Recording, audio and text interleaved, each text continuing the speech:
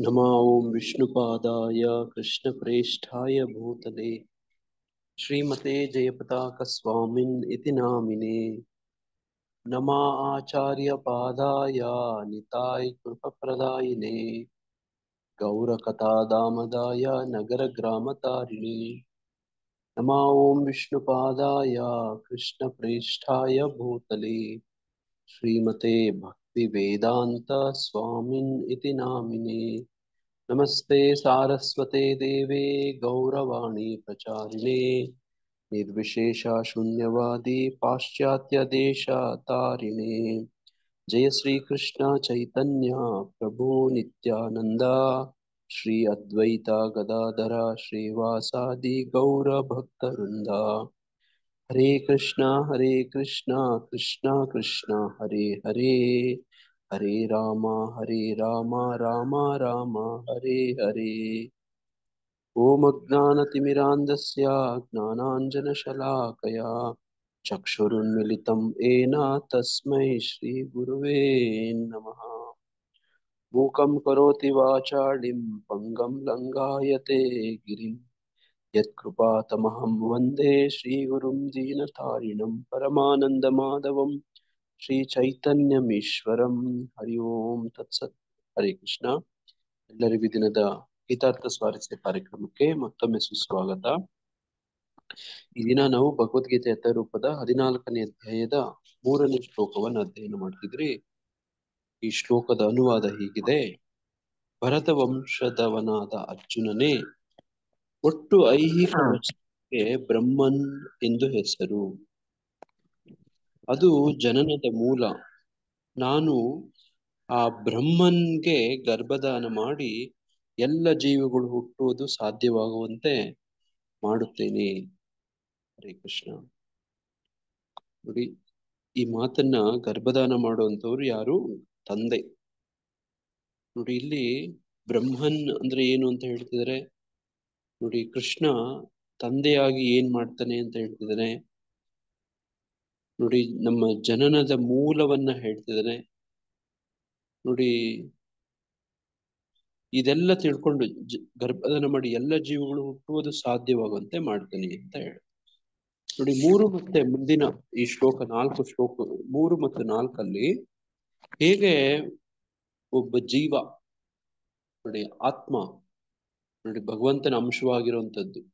ನೋಡಿ, ನಾವು ಮೊನ್ನೆ ನಾವು ಚರ್ಚೆ ಮಾಡ್ತಿದ್ವಿ. ನೋಡಿ, ಭಕ್ತಿ ಪದ್ಮ ಸೌರಭ, ನೋಡಿ ಪ್ರಚಾರಕ ಸ್ವಾಮಿ ಮಹಾರಾಜ್ ಹೇಳಿದ್ದು. ನೋಡಿ, ನಾವು ನೋಡಿ ಅಂತರಂಗ ಶಕ್ತಿ, ಅದರ ಅಂಶ ಶಕ್ತಿ, ನಾವು ಕೂಡ ಒಂದು ಶಕ್ತಿ. ನೋಡಿ, ಅದನ್ನ ನೋಡಿ ಆ ತಾಯಿ ಶಕ್ತಿ ಅದು. ನೋಡಿ, ಆ ಅಂಶವನ್ನ ತಗೊಂಡೋಗಿ ನೋಡಿ ನಮ್ಮನ್ನ ನೋಡಿ ಭೌತಿಕ ಪ್ರಪಂಚದಲ್ಲಿ ಹಾಕೋದು, ಭೌತಿಕ ಒಂದು ಜೀವಿಯಲ್ಲಿ ಹುಟ್ಟು ಹಂಗ್ ಮಾಡುವಂಥದ್ದು.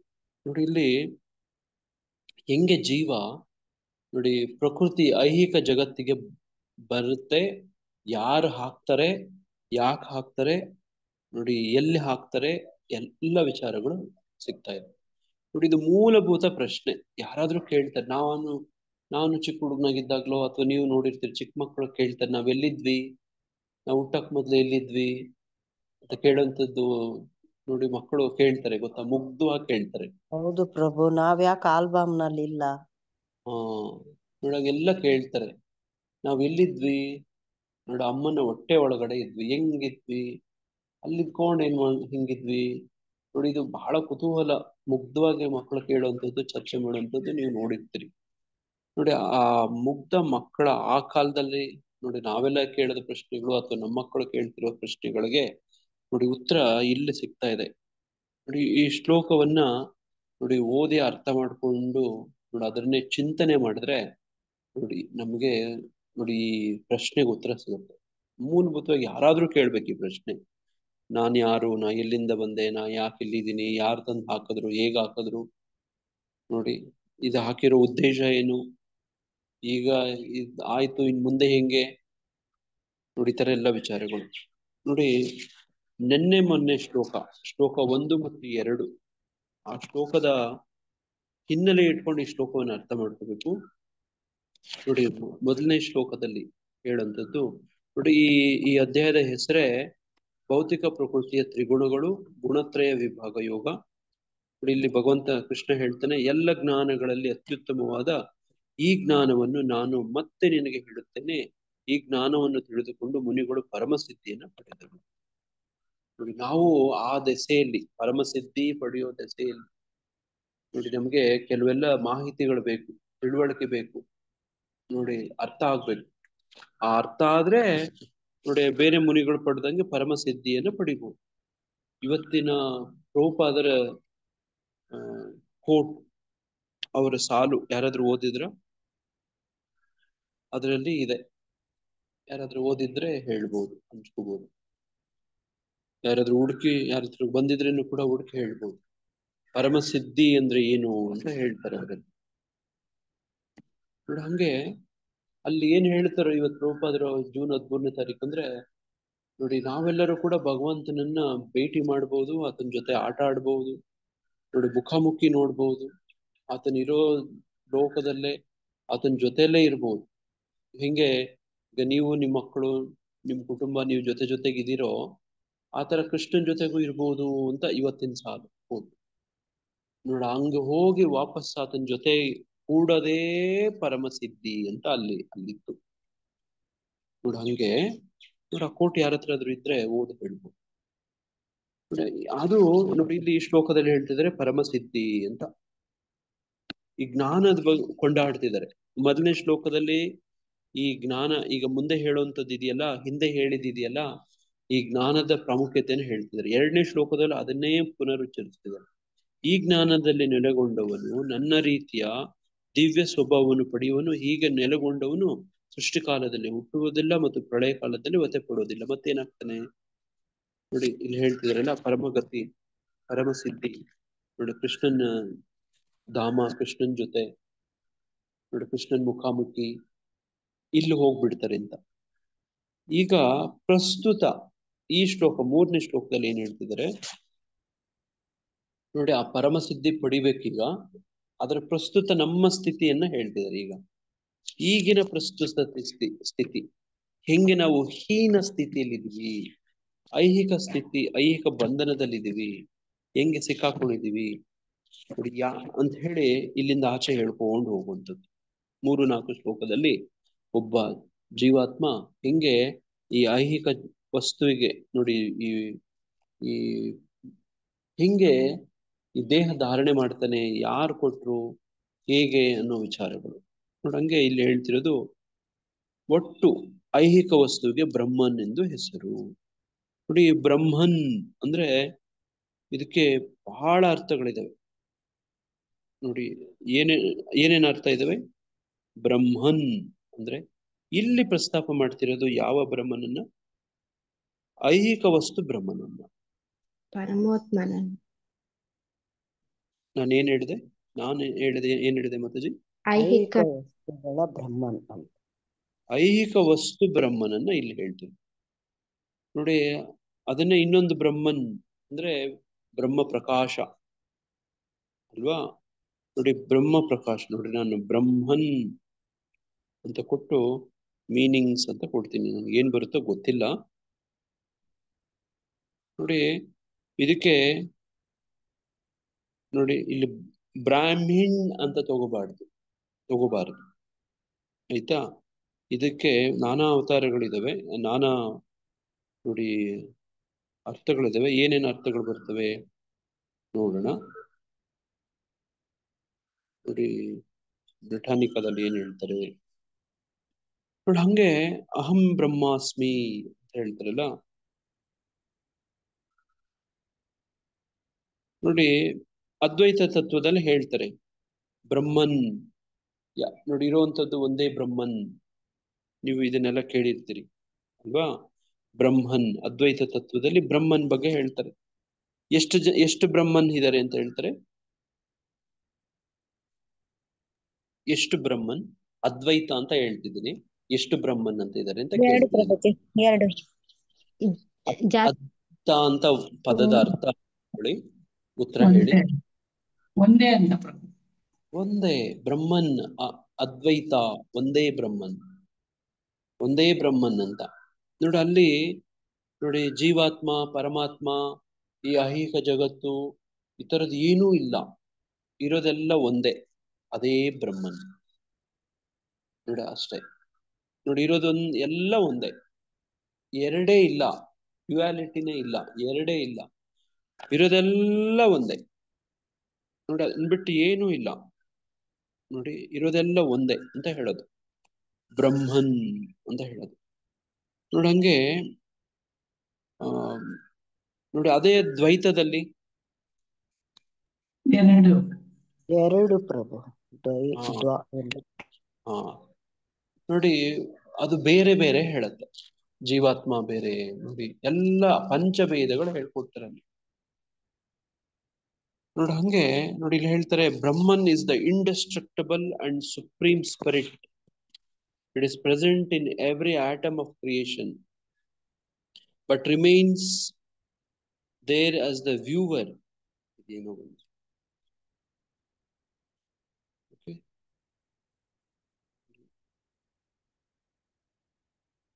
ನೋಡಿ ಹಿಂಗೆ ಏನೇನೋ ಒಂದೊಂದು ನೋಡಿ ಈ ಒಂದು ಶ್ಲೋಕದಲ್ಲಿ ಬ್ರಹ್ಮನ್ ಬ್ರಹ್ಮನ್ ಅಂತ ಒಂದ್ 5-6 ಸತಿ ಹೇಳಿದಾರಲ್ಲ. ಯಾವ ಶ್ಲೋಕ ಅದು, ಯಾರಾದ್ರೂ ಹುಡುಕಿ ಹೇಳ್ಬೋದು. ಹಂಗೆ ನೋಡಿ ಒಂದು ಬ್ರಹ್ಮ ಕವಿ ಬ್ರಹ್ಮ ಎಷ್ಟನೇ ನಮ್ಮ ಶ್ಲೋಕ ಮಾತಾಜಿ ಇದು? ನೆನಪಿಲ್ಲ ಪ್ರಭು. ನೋಡಿ ಅದು ಹುಡುಕಿ ಹೇಳಿ ಯಾರಾದ್ರೂ. ನೋಡಿ ಬ್ರಹ್ಮನ್ ಮೀನ್ ಇದರಲ್ಲಿ 29 ಅರ್ಥಗಳಿದಾವೆ ಬ್ರಹ್ಮನ್ ಅಂತ. ನೋಡ್ರಿ ಇಲ್ಲಿ ಹೇಳ್ತಿದ್ದಾರೆ ನೋಡಿ ಏನದು. ನೋಡಿ Brahman means something in Buddhism, Pali, Hinduism. ನೋಡ್ರಿ ನೋಡ್ರಿ ಹಿಂಗೆ ಹೇಳ್ತಾರೆ ನೋಡ್ರಿ. ಪಂಚರಾತ್ರ ಪ್ರಕಾರ ಬ್ರಹ್ಮನ್ ಅಂದ್ರೆ ನೋಡಿ ರೆಫರ್ಸ್ ಟು ಅಲ್ಟಿಮೇಟ್ ರಿಯಾಲಿಟಿ. ನೋಡಿ ಹಂಗೆ 29 4ನೇ ಅಧ್ಯಾಯದ 24ನೇ ಶ್ಲೋಕ ಪ್ರಭು. ಬ್ರಹ್ಮಾರ್ಪಣಂ ಬ್ರಹ್ಮ ಹವಿರ್ ಬ್ರಹ್ಮಾಗ್ನೋ ಬ್ರಹ್ಮಣಾಹುತಂ ಬ್ರಹ್ಮೈವ ತೇನ ಗಂತವ್ಯಂ ಬ್ರಹ್ಮ ಕರ್ಮ ಸಮಾಧೀನ. ಹಾ ಹೇಳಿ, ಅರ್ಥ ಹೇಳಿ. ಅನುವಾದ: ಕೃಷ್ಣ ಪ್ರಜ್ಞೆಯಲ್ಲಿ ಸಂಪೂರ್ಣವಾಗಿ ಮಗ್ನನಾದ ಮನುಷ್ಯನು ನಿಶ್ಚಯವಾಗಿಯೂ ಆ ಭಗವದ್ಧಾಮವನ್ನು ಸೇರುವನು, ಏಕೆಂದರೆ ಅವನು ಆಧ್ಯಾತ್ಮಿಕ ಕಾರ್ಯಗಳಿಗೆ ಸಂಪೂರ್ಣವಾಗಿ ಅರ್ಪಿತನಾಗಿರುತ್ತಾನೆ. ಇಂಥ ಆಧ್ಯಾತ್ಮಿಕ ಕಾರ್ಯಗಳಲ್ಲಿ ಆಹುತಿಯು ಪರಾತ್ಪರವಾದದ್ದು ಮತ್ತು ಆ ಅರ್ಪಣವು ಇದೇ ಆಧ್ಯಾತ್ಮಿಕ ಸ್ವಭಾವದ್ದು. ಅದೇ ಅಲ್ವಾ ಪ್ರಭು? ಅದೇ ಮತ್ತೆ ಎಷ್ಟನೇ ಶ್ಲೋಕ ಅಂದ್ರಿ? 4ನೇ ಅಧ್ಯಾಯದ 24ನೇ ಶ್ಲೋಕ ಪ್ರಭು. ನೋಡಿ ಅಲ್ಲಿ ಬ್ರಹ್ಮನ್ ಅಂತ ಎಷ್ಟು ಸರ್ತಿ ಬಂದಿದೆ ಮಾತಾಜಿ?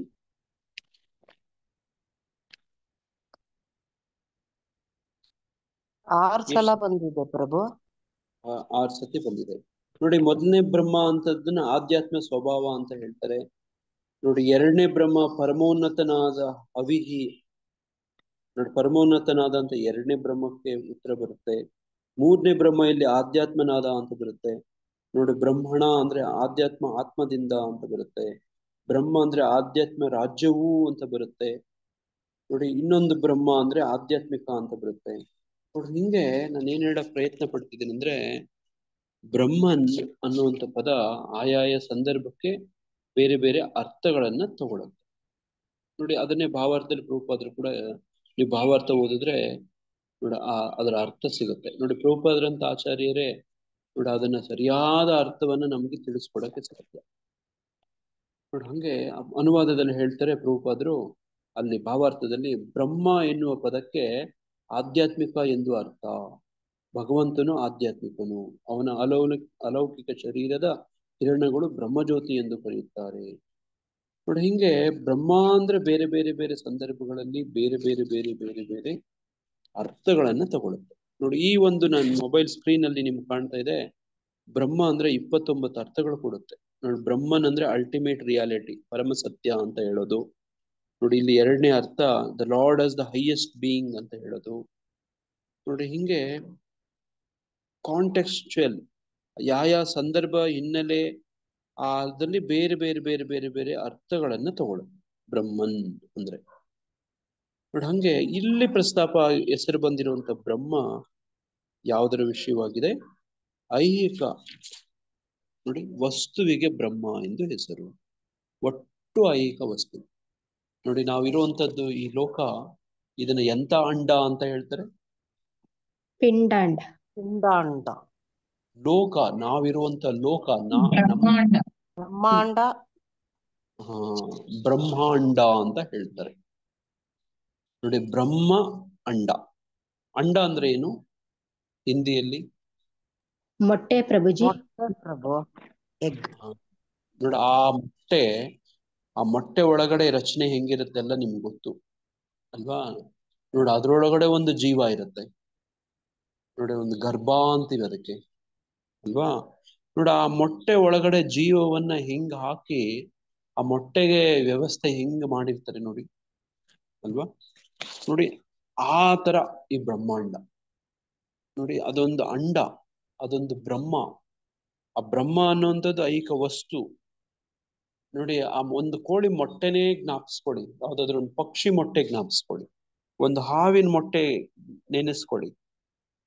ನೋಡಿ ಇವುಗಳೆಲ್ಲ ಹೆಂಗೆ ರಚನೆ ಆಗಿರುತ್ತೆ ನೋಡಿ. ಆ ಮೊಟ್ಟೆ ಒಳಗಡೆ ಜೀವ ಇರುತ್ತಾ?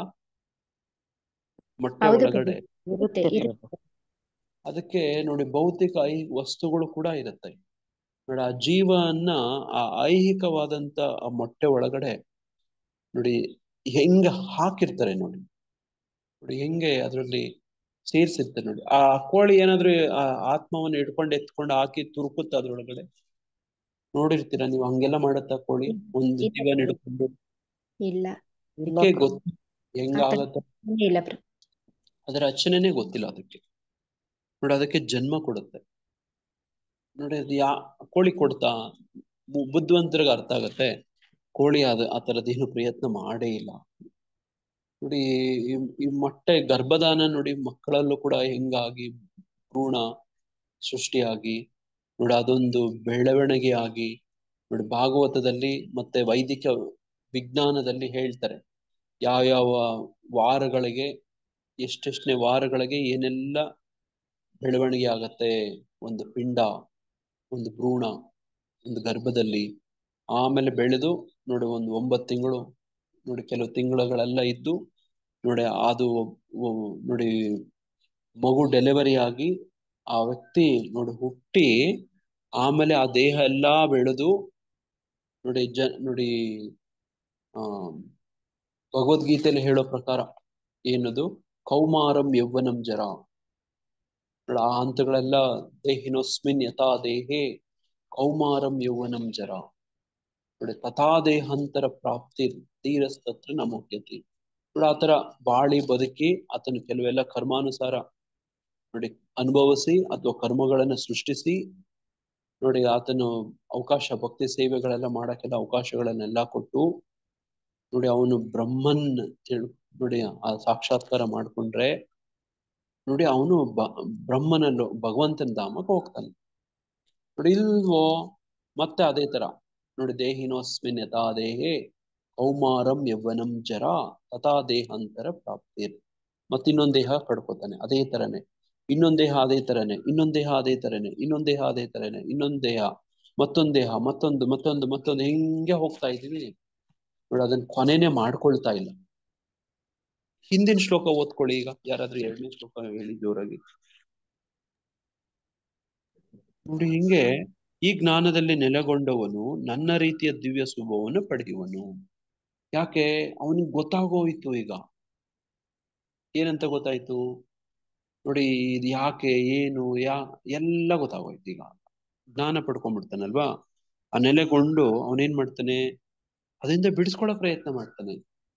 ಹೀಗೆ ನೆಲೆಗೊಂಡವನು ಸೃಷ್ಟಿಕಾಲದಲ್ಲಿ ಹುಟ್ಟುವುದಿಲ್ಲ ನೋಡಿ.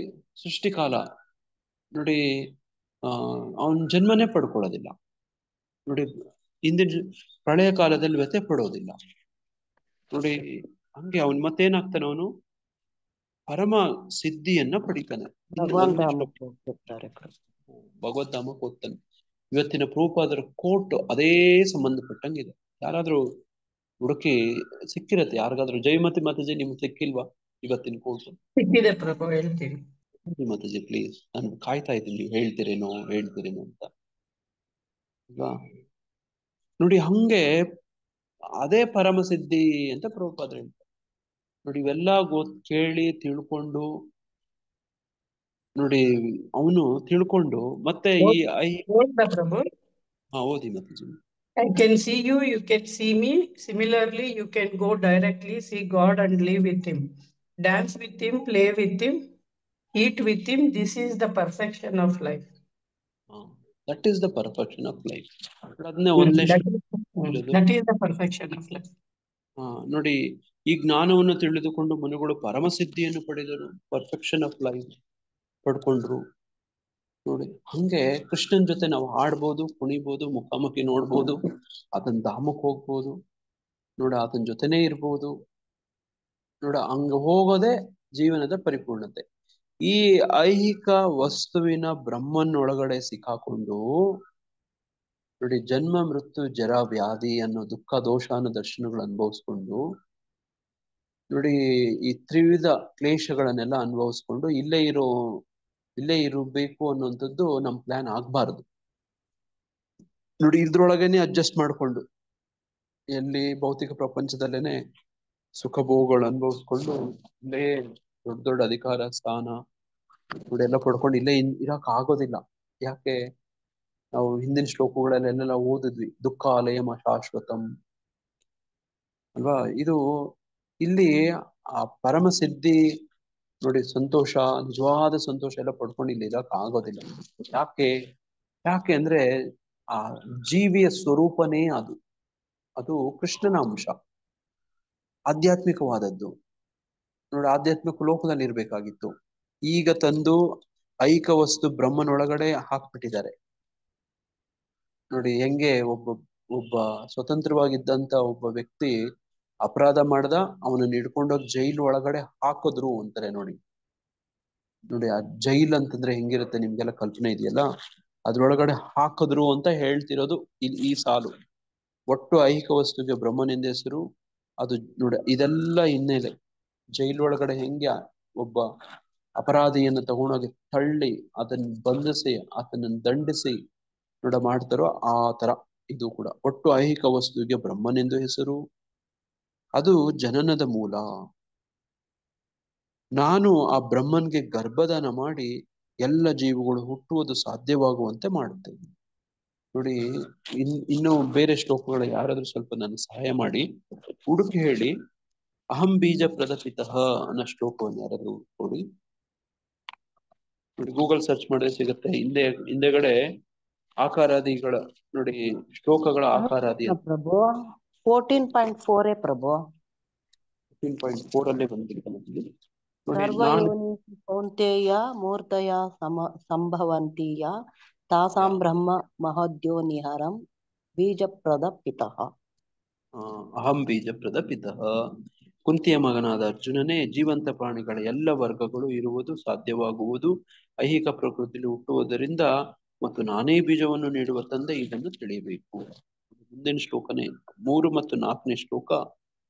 ನೋಡಿ ಹೆಂಗೆ ಈ ಆತ್ಮವನ್ನ ನೋಡಿ ಐಹಿಕ ಪ್ರಕೃತಿ ಬ್ರಹ್ಮನೊಳಗಡೆ ಹಾಕ್ತಾನೆ, ಯಾರಾಗ್ತಾನೆ, ಯಾಕಾಗ್ತಾನೆ, ನೋಡಿ ಇದೆಲ್ಲ ವಿಷಯ ಅಲ್ಲಿದೆ.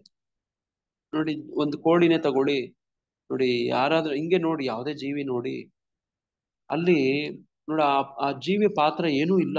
ನಿಜವಾಗ್ಲೂ ನೋಡಿ ಕೋಳಿ ಮೊಟ್ಟೆಯನ್ನ ಸೃಷ್ಟಿ ಮಾಡಿ ಹೆಂಗ್ ಮಾಡುತ್ತೆ ಆಗತ್ತೆ. ಅದು ಆ ದೇಹದ ರಚನೆ ಹೆಂಗಿರುತ್ತೆ ಅಂದ್ರೆ ನೋಡಿ ಹೆಂಗೆ ನೋಡಿ ಅದು ಒಂದು ಮೊಟ್ಟೆ ಬರುತ್ತೆ, ಅದ್ರ ಮೊಟ್ಟೆ ಒಳಗಡೆ ಒಂದು ಮರಿ ಇರುತ್ತೆ, ಅದ್ರ ಒಳಗಡೆ ಒಂದು ಜೀವಾತ್ಮ ಇರುತ್ತೆ ನೋಡಿ. ಆಮೇಲೆ ಮೊಟ್ಟೆ ಹೊಡ್ಕೊಂಡು ಅದು ಆಚೆ ಬರುತ್ತೆ ನೋಡಿ. ಅದೇ ತರನೇ ನೋಡಿ ಹಂಗೆ ಇಲ್ಲಿ ಈ ವಿಚಾರವನ್ನ ಬೇರೆ ಯಾವುದೇ ದೇವತೆಗಳಾಗ್ಲಿ ವ್ಯಕ್ತಿಗಳಾಗ್ಲಿ ಈ ಮಾತನ್ನ ಹೇಳಕ್ ಆಗೋದಿಲ್ಲ.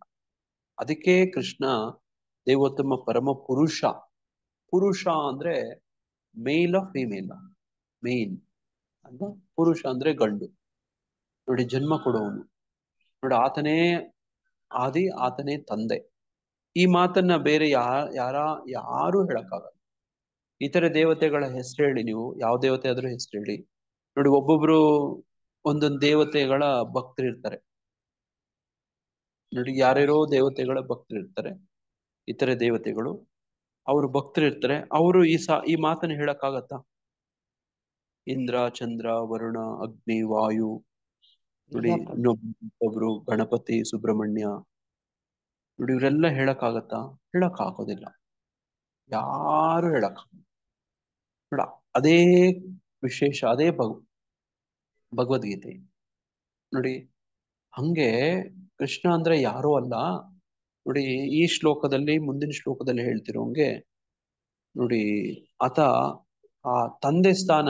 ನಿಮ್ಗೆ ಯಾರೋ ಈಗ ಪ್ರಸ್ತುತ ಈ ಜನ್ಮದಲ್ಲಿ ನಿಮ್ಗೆ ಯಾರೋ ಜನ್ಮ ಕೊಟ್ಟಿದ್ದಾರೆ, ಆತ ಒಬ್ಬ ವ್ಯಕ್ತಿ ಬಿಟ್ಟು ಬೇರೆ ಯಾರಾದ್ರೂ ನಾನ್ ನಿಮ್ ತಂದೆ ಅಂದ್ರೆ ಅದು ಸರಿ ಅನ್ಸುತ್ತಾ, ತಪ್ಪು ಅನ್ಸುತ್ತಾ? ತಪ್ಪೇ ಪ್ರಭುಜಿ, ತಪ್ಪನ್ಸುತ್ತೆ ಪ್ರಭು. ತುಂಬಾ ದೊಡ್ಡ ತಪ್ಪು ಅನ್ಸುತ್ತೆ. ಹೌದು. ನೋಡಿ ನೋಡಿ ಯಾರಾದ್ರೂ ಬೈಬೇಕಂದ್ರೆ ನೋಡಿ, ನನ್ ಮಗನೇ ಅಂತ ಬೈತಾರೆ. ಬೈದ್ರಾಗೆ ನೋಡ ಬೈಗುಳ ನೋಡ, ಅದಕ್ಕೆ ದೊಡ್ಡ ಜಗಳ ಆಗತ್ತೆ. ನೀನೇನ ನನ್ ಜನ್ಮ ಕೊಟ್ಟಿದ್ದೋ ನೋಡಿ, ಹಿಂಗೆಲ್ಲ ಆಗ್ಬಿಡತ್ತದು ಅಲ್ವಾ? ನೋಡಿರ್ತೀರಲ್ವಾ ಈ ತರ ಯಾರಾದ್ರೂ ದಾರಿಲಿ ಹೋಗೋನು ಹೌದು ನೋಡಿ, ಪ್ರಭುಜಿ. ಅದು ದೊಡ್ಡ ಅಫೆನ್ಸ್, ಅದು ದೊಡ್ಡ ಅಪರಾಧ ನೋಡಿ. ಹಂಗೆ ದೊಡ್ಡ ತಪ್ಪದು, ಬರೀ ಸಾಮಾನ್ಯ ತಪ್ಪಲ್ಲ. ಏನೋ ನನ್ ಮಗನೇ ಅಂದ್ರೆ ಯಾರಾದ್ರೂ ನೋಡೋದು ಕೆಟ್ಟ ಭಾಷೆ, ನೋಡೋದು ಅಕ್ಷಮ್ಯ ಹಂಗೆ ಅದೇ ತರನೇ ಕೃಷ್ಣನು ಕೂಡ ಬೇರೆ ಯಾರು ಆ ಕ್ಲೇಮ್ ಮಾಡಕ್ಕಾಗಲ್ಲ, ನಾನೇ ಅಂತ ಯಾರು ಹೇಳಕ್ಕಾಗಲ್ಲ ನೋಡಿ. ಕೃಷ್ಣ ಹೊರತಾಗಿ ಅದನ್ನೇ ಎಲ್ಲ ಶಾಸ್ತ್ರಗಳು ನೋಡಿ, ಒಟ್ಟು ಸಾರಾಂಶ ಅದೇ. ಕೃಷ್ಣನೇ ಆ ಬೀಜಪ್ರದ ಪಿತಃ, ಆ ಗರ್ಭದಾನ ಮಾಡೋನು ಅದು ಬೇರೆ ಬೇರೆ ಕೃಷ್ಣ ಮಾಡುವಂತ ರೀತಿಗಳು ಬೇರೆ ಇರುತ್ತೆ. ಮುಖ್ಯವಾಗಿ ಹೋಗ್ಬಿಟ್ರೆ ಕೃಷ್ಣ ನೀವು ಭಾಗವತ ಓದಿದ್ರೆ, ಭಗವದ್ಗೀತೆ ಜೊತೆಗೆ ಓದಿದ್ರೆ, ಭಗವದ್ಗೀತೆಯಲ್ಲೂ ಕೂಡ ಕೃಷ್ಣ ಹೇಳ್ತಾನೆ, ನನಗ್ ಮಾಡಕ್ಕೆ ಬೇರೆ ಯಾವುದು ಕರ್ತವ್ಯ ಕೆಲಸಗಳು ನನಗಿಲ್ಲ ಅಂತ ಹೇಳ್ತಾನೆ ಕೃಷ್ಣ. ಯಾವ ಶ್ಲೋಕದಲ್ಲಿ? ಯಾವುದೋ ಒಂದು ಶ್ಲೋಕದಲ್ಲಿ I have nothing to do but still I am doing ಅಂತ ಹೇಳ್ತಾನೆ ನೋಡಿ. ಅಲ್ಲಿ ನೀವೇ ನೋಡಿದ್ರೆ, ನಾವಿಂದ ಚರ್ಚೆ ಮಾಡಿದ್ವಿ, ಕೃಷ್ಣ ನೇರವಾಗಿ ಭೌತಿಕ ನೋಡಿ ಈ ಸಂಪರ್ಕಕ್ಕೆ ಬರೋದೇ ಇಲ್ಲ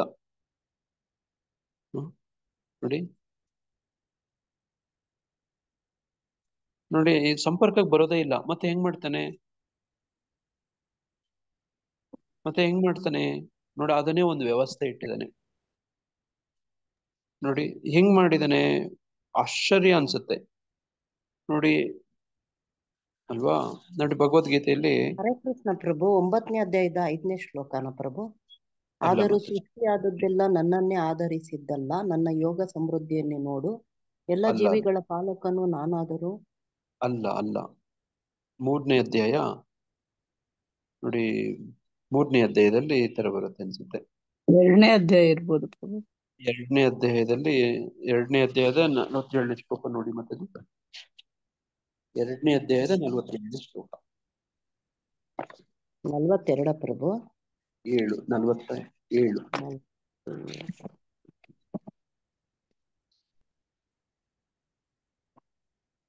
ನಿನಗೆ ನಿಯೋಜಿತ ಕರ್ತವ್ಯವನ್ನು ಮಾಡುವುದಕ್ಕಷ್ಟೇ ಅಧಿಕಾರ, ಅದಲ್ಲ ಪ್ರಭು.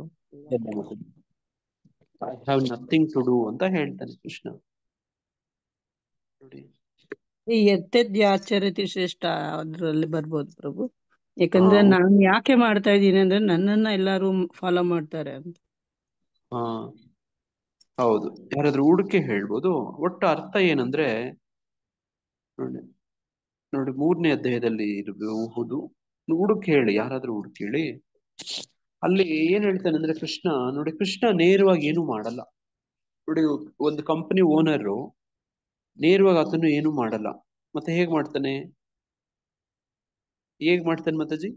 ಕಂಪನಿ ಓನರ್ ಕೆಲಸ ಅಧಿಕಾರಿಗಳನ್ನ ನಿರ್ಮಿಸಿ ಅಲ್ಲಿ ಮಾಡಿಸ್ತಾರೆ. ಒಬ್ಬ ಮ್ಯಾನೇಜರ್ ಪ್ರಭುಜಿ, ಪ್ರತಿನಿಧಿಗಳನ್ನ ಕೃಷ್ಣ ಭಕ್ತರ ಮೂಲಕ ಮಾಡಿಸ್ತಾರೆ. ಪ್ರತಿನಿಧಿಗಳ ಮೂಲಕ, ದೇವತೆಗಳ ಮೂಲಕ, ಅದರಿಂದ ಪುರುಷ ಅವತಾರಗಳು 3 ಬರುತ್ತೆ, ಅದರಿಂದ ಎಲ್ಲ. ಹೌದು, ಕರೆಕ್ಟ್ ಆಗಿ ಹೇಳಿದ್ರಿ ನೋಡಿ. ಹಂಗೆ ತನ್ನ ಬೇರೆ ನೋಡಿ ವಿಸ್ತರಣೆಗಳ ಮುಖಾಂತರ ಮಾಡ್ತಾನೆ ನೋಡಿ. ಈಗ ನೋಡಿ ಇದು 10ನೇ ಸ್ಕಂದದಲ್ಲೂ ಕೂಡ ಕೃಷ್ಣ ದ್ವಾರಕೆಗೆ ಪ್ರವೇಶ ಮಾಡಿದಾಗ 16,108 ಜನ ಪತ್ನಿಯರು. ನೋಡಿ ಅಲ್ಲಿ ಹೇಳ್ತಾನೆ, ನೋಡಿ ಅಲ್ಲಿ ನೋಡಿ, ಇಲ್ಲಿ 3ನೇ ಅಧ್ಯಾಯದಲ್ಲಿ ಇದೆ ಈ ಶ್ಲೋಕ, ಯಾರಾದ್ರೂ ಹುಡುಕಿ ಹೇಳಿ. ನೋಡಿ 3ನೇ ಅಧ್ಯಾಯದ 23, 24, 25 ಆ ಶ್ಲೋಕಗಳಲ್ಲಿದೆ, ಯಾರಾದ್ರೂ ಹುಡುಕಿ ಹೇಳ್ಬೋದು. ನೋಡಿ ನಂಗೆ ಅಲ್ಲಿ ದ್ವಾರಕೆಯಲ್ಲಿ ಏನಾಗತ್ತೆ, ಕೃಷ್ಣ ವಿಸ್ತರಣೆಗಳು ಪಡ್ಕೊಂಡು 16,108 ಜನ ನೋಡಿ ಆ ಅರಮನೆಗಳಿಗೆ ಹೋಗ್ತಾನೆ. ಅದೇ ತರನೇ ನೋಡಿ ಇದೊಂಥರ ವಿಸ್ತರಣೆ ನೋಡಿ. ನೋಡಿ ಅದು ಕೃಷ್ಣನೇ.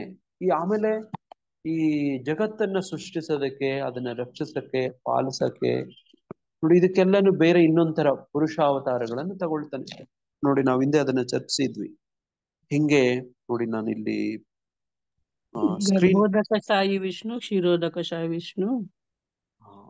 ನೋಡಿ ಹಂಗೆ ಈ ಸೃಷ್ಟಿ ಕ್ರಿಯೆಯಲ್ಲಿ ನೇರವಾಗಿ ಭಾಗವಹಿಸೋದಿಲ್ಲ.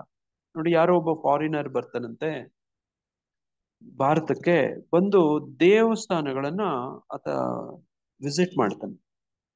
ನೋಡಿ ದೇವಸ್ಥಾನಗಳ ವಿಸಿಟ್ ಮಾಡಿದ್ರೆ ಎಲ್ಲಾ ದೇವಸ್ಥಾನಗಳಲ್ಲೂ ಪ್ರತಿಯೊಂದು ದೇವತೆಗಳು ಏನೇನೋ ಆಯುಧಗಳು ಇಟ್ಕೊಂಡು ಏನೇನೋ ಕೆಲ್ಸಗಳು ಏನೇನೋ ಮಾಡ್ತಿದ್ದಾರೆ.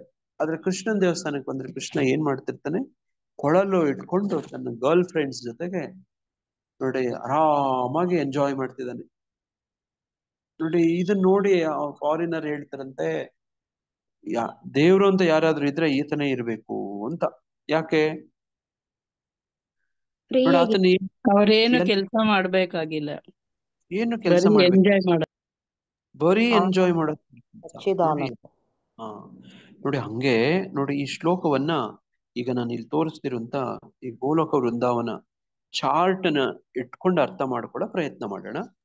ನೋಡಿ ಈಗ ಈ ಭಗವದ್ಗೀತೆ ಹೇಳ್ತಾ ಇರುವಂತ ಕೃಷ್ಣ ನೋಡಿ ದೇವೋತ್ತಮ ಪರಮ ಪುರುಷ ನೋಡಿ ಈ ಗೋಲೋಕ ವೃಂದಾವನದಲ್ಲಿ ನೋಡಿ ಈ ರೀತಿಯಾಗಿ ತನ್ನ ನಿತ್ಯ ಸಂಗಾತಿಗಳ ಜೊತೆಗೆ ಇದಾನೆ. ಕಾಣಿಸ್ತಿದ್ಯಾ? ನೋಡಿ ತನ್ನ ಗರ್ಲ್ ಫ್ರೆಂಡ್ಸ್, ತನ್ನ ತಂದೆ ತಾಯಿ, ಗೋಪ ಬಾಲಕರು ನೋಡಿ ನೋಡ ಅಲ್ಲಿ ನೋಡ ಹಂಗೆ ಎಂಜಾಯ್ ಮಾಡ್ಕೊಂಡಿರ್ತಾನೆ. ನೋಡಿ ನಮ್ಮ ಗೌಡಿಯ ವೈಷ್ಣವ ಪರಂಪರೆಯಲ್ಲಿ ಬಲವಾದಂತ ನಮ್ಮ ಸಿದ್ಧಾಂತ ಏನಂದ್ರೆ, ಆ ಬ್ರಜೇಂದ್ರ ನಂದನ ಕೃಷ್ಣ ನೋಡಿ, ನಂದನಂದನ, ಬ್ರಜೇಂದ್ರ ನಂದನ, ಯಶೋಧ ನಂದನ ನೋಡಿ, ಗೋಪಿ ಜನ ವಲ್ಲಭ ನೋಡಿ, ರಾಧಾಕಾಂತ ಯಾರಿದಾನೋ ಆ ಬ್ರಜವನ್ನ ಒಂದು ಹೆಜ್ಜೆ ಕೂಡ ಹೊರಗಡೆ ತಗೊಂಡ್ ಬರೋದಿಲ್ವಂತೆ, ಒಂದ್ ಹೆಜ್ಜೆ ಕೂಡ ಇಡೋದಿಲ್ಲಂತೆ. ಮತ್ತೆ ಏನ್ ಮಾಡ್ತಾನೆ, ಮತ್ತೆ ಹೋಗಿದ್ದೆಲ್ಲ ದ್ವಾರಕೆಗೆ ಹೋಗಿದ್ಯಾರು, ಮಥುರಾಗ್ ಹೋಗಿದ್ಯಾರು, ಕುರುಕ್ಷೇತ್ರದಲ್ಲಿ ನೋಡಿ ನಮ್ಮ ಗೌಡಿಯ ಪರಂಪರೆ ಆಚಾರ್ಯರು ಹೇಳ್ಕೊಡೋದೇನಂದ್ರೆ ಅವೆಲ್ಲ ಆ ಬ್ರಜೇಶ್ವರ ಬ್ರಜೇಂದ್ರ ನಂದನ ಕೃಷ್ಣನ ವಿಸ್ತರಣೆಗಳು ಅಂತ. ನೋಡಿ ಆ ಕುರುಕ್ಷೇತ್ರ ನೋಡಿ ಈಗ ಭಗವದ್ಗೀತೆ ಹೇಳ್ತಿರೋದು ನೋಡಿ, ಇದೆಲ್ಲ ನೋಡಿ ನಾವ್ ಹೆಂಗ್ ಅರ್ಥ ಮಾಡ್ಕೋಬಹುದು ಅಂದ್ರೆ, ಈಗ ನಾನಾಗ್ಲಿ ನೀವಾಗ್ಲಿ, ಈಗ ನಾನು ಕೆಲ್ಸಕ್ಕೆ ಹೋಗ್ತೀನಿ, ಕೆಲ್ಸಕ್ಕೆ ಹೋದಾಗ ಅಲ್ಲಿ ನನ್ನ ವೃತ್ತಿ, ನನ್ನ ವೇಷಭೂಷಣ, ನನ್ನ ಮಾತು, ನನ್ನ ನಡವಳಿಕೆ, ನನ್ನ ಆತ್ಮೀಯತೆ ಎಲ್ಲ ತುಂಬಾ ಬದಲಾಗತ್ತೆ. ಆಫೀಸಲ್ಲಿ ನನ್ನ ಮನೇಲಿ ಇರಂಗಾಗತ್ತಾ? ನೋಡಿ ಆಗೋದಿಲ್ಲ. ಅಲ್ಲಿಗೆ ಹೋಗ್ಬೇಕು. ನೋಡಿ ಅಲ್ಲಿ ನನ್ನ ವೇಷಭೂಷಣಗಳು, ಹಾವಭಾವಗಳು, ಮಾತು, ನಡೆ ನುಡಿ ಎಲ್ಲ ವ್ಯತ್ಯಾಸ ಇದೆ. ಅಲ್ಲಿರುವಂತ ಗಂಭೀರ್ಯನೇ ಬೇರೆ. ನೋಡಿ ಮನೆಗ್ ಬಂದ್ರೆ ಇಲ್ಲೇ ಬೇರೆ. ನೋಡಿ ನಾನು ಇನ್ನೊಂದು ಆಫೀಸ್ಗೆ ಹೋದ್ರೆ, ಇನ್ನೊಂದು ಕಡೆಗೆ ಹೋದ್ರೆ, ಮತ್ತೊಂದು ಕಡೆಗೆ ಹೋದ್ರೆ, ಇನ್ನೊಂದೂರ್ ಕಡೆ ಹೋದ್ರೆ ಅಲ್ಲಿ ತಕ್ಕಂಗ ಅಲ್ಲಿ ವ್ಯವಹಾರ ತರ ಮಾಡ್ತೀನಿ, ವಾಪಸ್ ಎಲ್ಲಿಗೆ ಬರ್ತೀನಿ, ನಮ್ಮ ಮನೆಗೆ ಬರ್ತೀನಿ. ನೋಡಿ ಇನ್ನೆಲ್ಲೋ ಇನ್ನೊಂದ್ ಕಡೆ ಏನೋ ಒಂದ್ ಕರ್ತವ್ಯದ ಮೇಲೆ ಅಥವಾ ಏನೋ ಒಂದು ಉದ್ದೇಶಕ್ಕೆ ಹೋಗ್ತೀನಿ, ವಾಪಸ್ ನಮ್ಮ ಮನೆಗೆ ಬರ್ತೀನಿ. ನೋಡಿ ಇದು ನಾನು ಎಲ್ಲಾ ಕಡೆ ವಿಸ್ತರಣೆ ಮಾಡ್ಕೊಂಡು ಹೋಗಕ್ ಆಗಲ್ಲ. ಅಲ್ಲಿ ಹೋದಾಗ ಹಂಗಂಗೆ ನಟನೆ ಮಾಡ್ಬೇಕಾಗತ್ತೆ, ಕರ್ತವ್ಯ ನಿಭಾಯಿಸ್ಬೇಕಾಗತ್ತೆ. ಆದ್ರೆ ವಾಸ್ತವವಾಗಿ ನನ್ನ ಸ್ಥಾನ, ನನ್ನ ಗುರುತಿಸುವಿಕೆ, ನನ್ನ ಐಡೆಂಟಿಟಿ ಏನು, ನನ್ನ ಅಡ್ರೆಸ್ ಯಾವುದು, ನಮ್ಮ ಮನೆ, ನನ್ನ ಕುಟುಂಬದವರು ಅಲ್ವಾ? ಅದೇ ತರನೇ ಕೃಷ್ಣನು ಕೂಡ ನೋಡಿ ಆತರ ಕುರುಕ್ಷೇತ್ರದಲ್ಲಿ ಕಂಡ ಪಾರ್ಥಸಾರಥಿ ಕೃಷ್ಣ, ನೋಡಿ ಮಥುರೇಶ್ವರ, ಮಥುರಾಧಿಪತಿ ಕೃಷ್ಣ, ದ್ವಾರಕಾಧೀಶ ಕೃಷ್ಣ, ನೋಡಿ ಶ್ರೀಕೃಷ್ಣ ಸಂಧಾನಕ್ಕೆ ಕುರು ಸಭೆಗೆ ಹೊತ್ತ ಕೃಷ್ಣ. ನೋಡಿ ಇವರೆಲ್ಲರೂ ಈ ಮೂಲ ಮನೆಯಲ್ಲಿ ಕೃಷ್ಣ ಅಂತ ಹೇಳ್ತಿದೆ ನೋಡಿ. ನೋಡಿ ಈ ಕೃಷ್ಣ ಬ್ರಜೇಂದ್ರನಂದನ ಕೃಷ್ಣ, ನೋಡಿ ಯಶೋಧಾನಂದನ ಕೃಷ್ಣ ಅಂತ ನಮ್ಮ ಗೌಡಿಯ ಪರಂಪರೆಯಲ್ಲಿ ಅಂತ. ನೋಡಿ ಇದು ಸರಿನೂ ಕೂಡ, ಇದು ಶಾಸ್ತ್ರಾಧಾರಿತನೂ ಕೂಡ.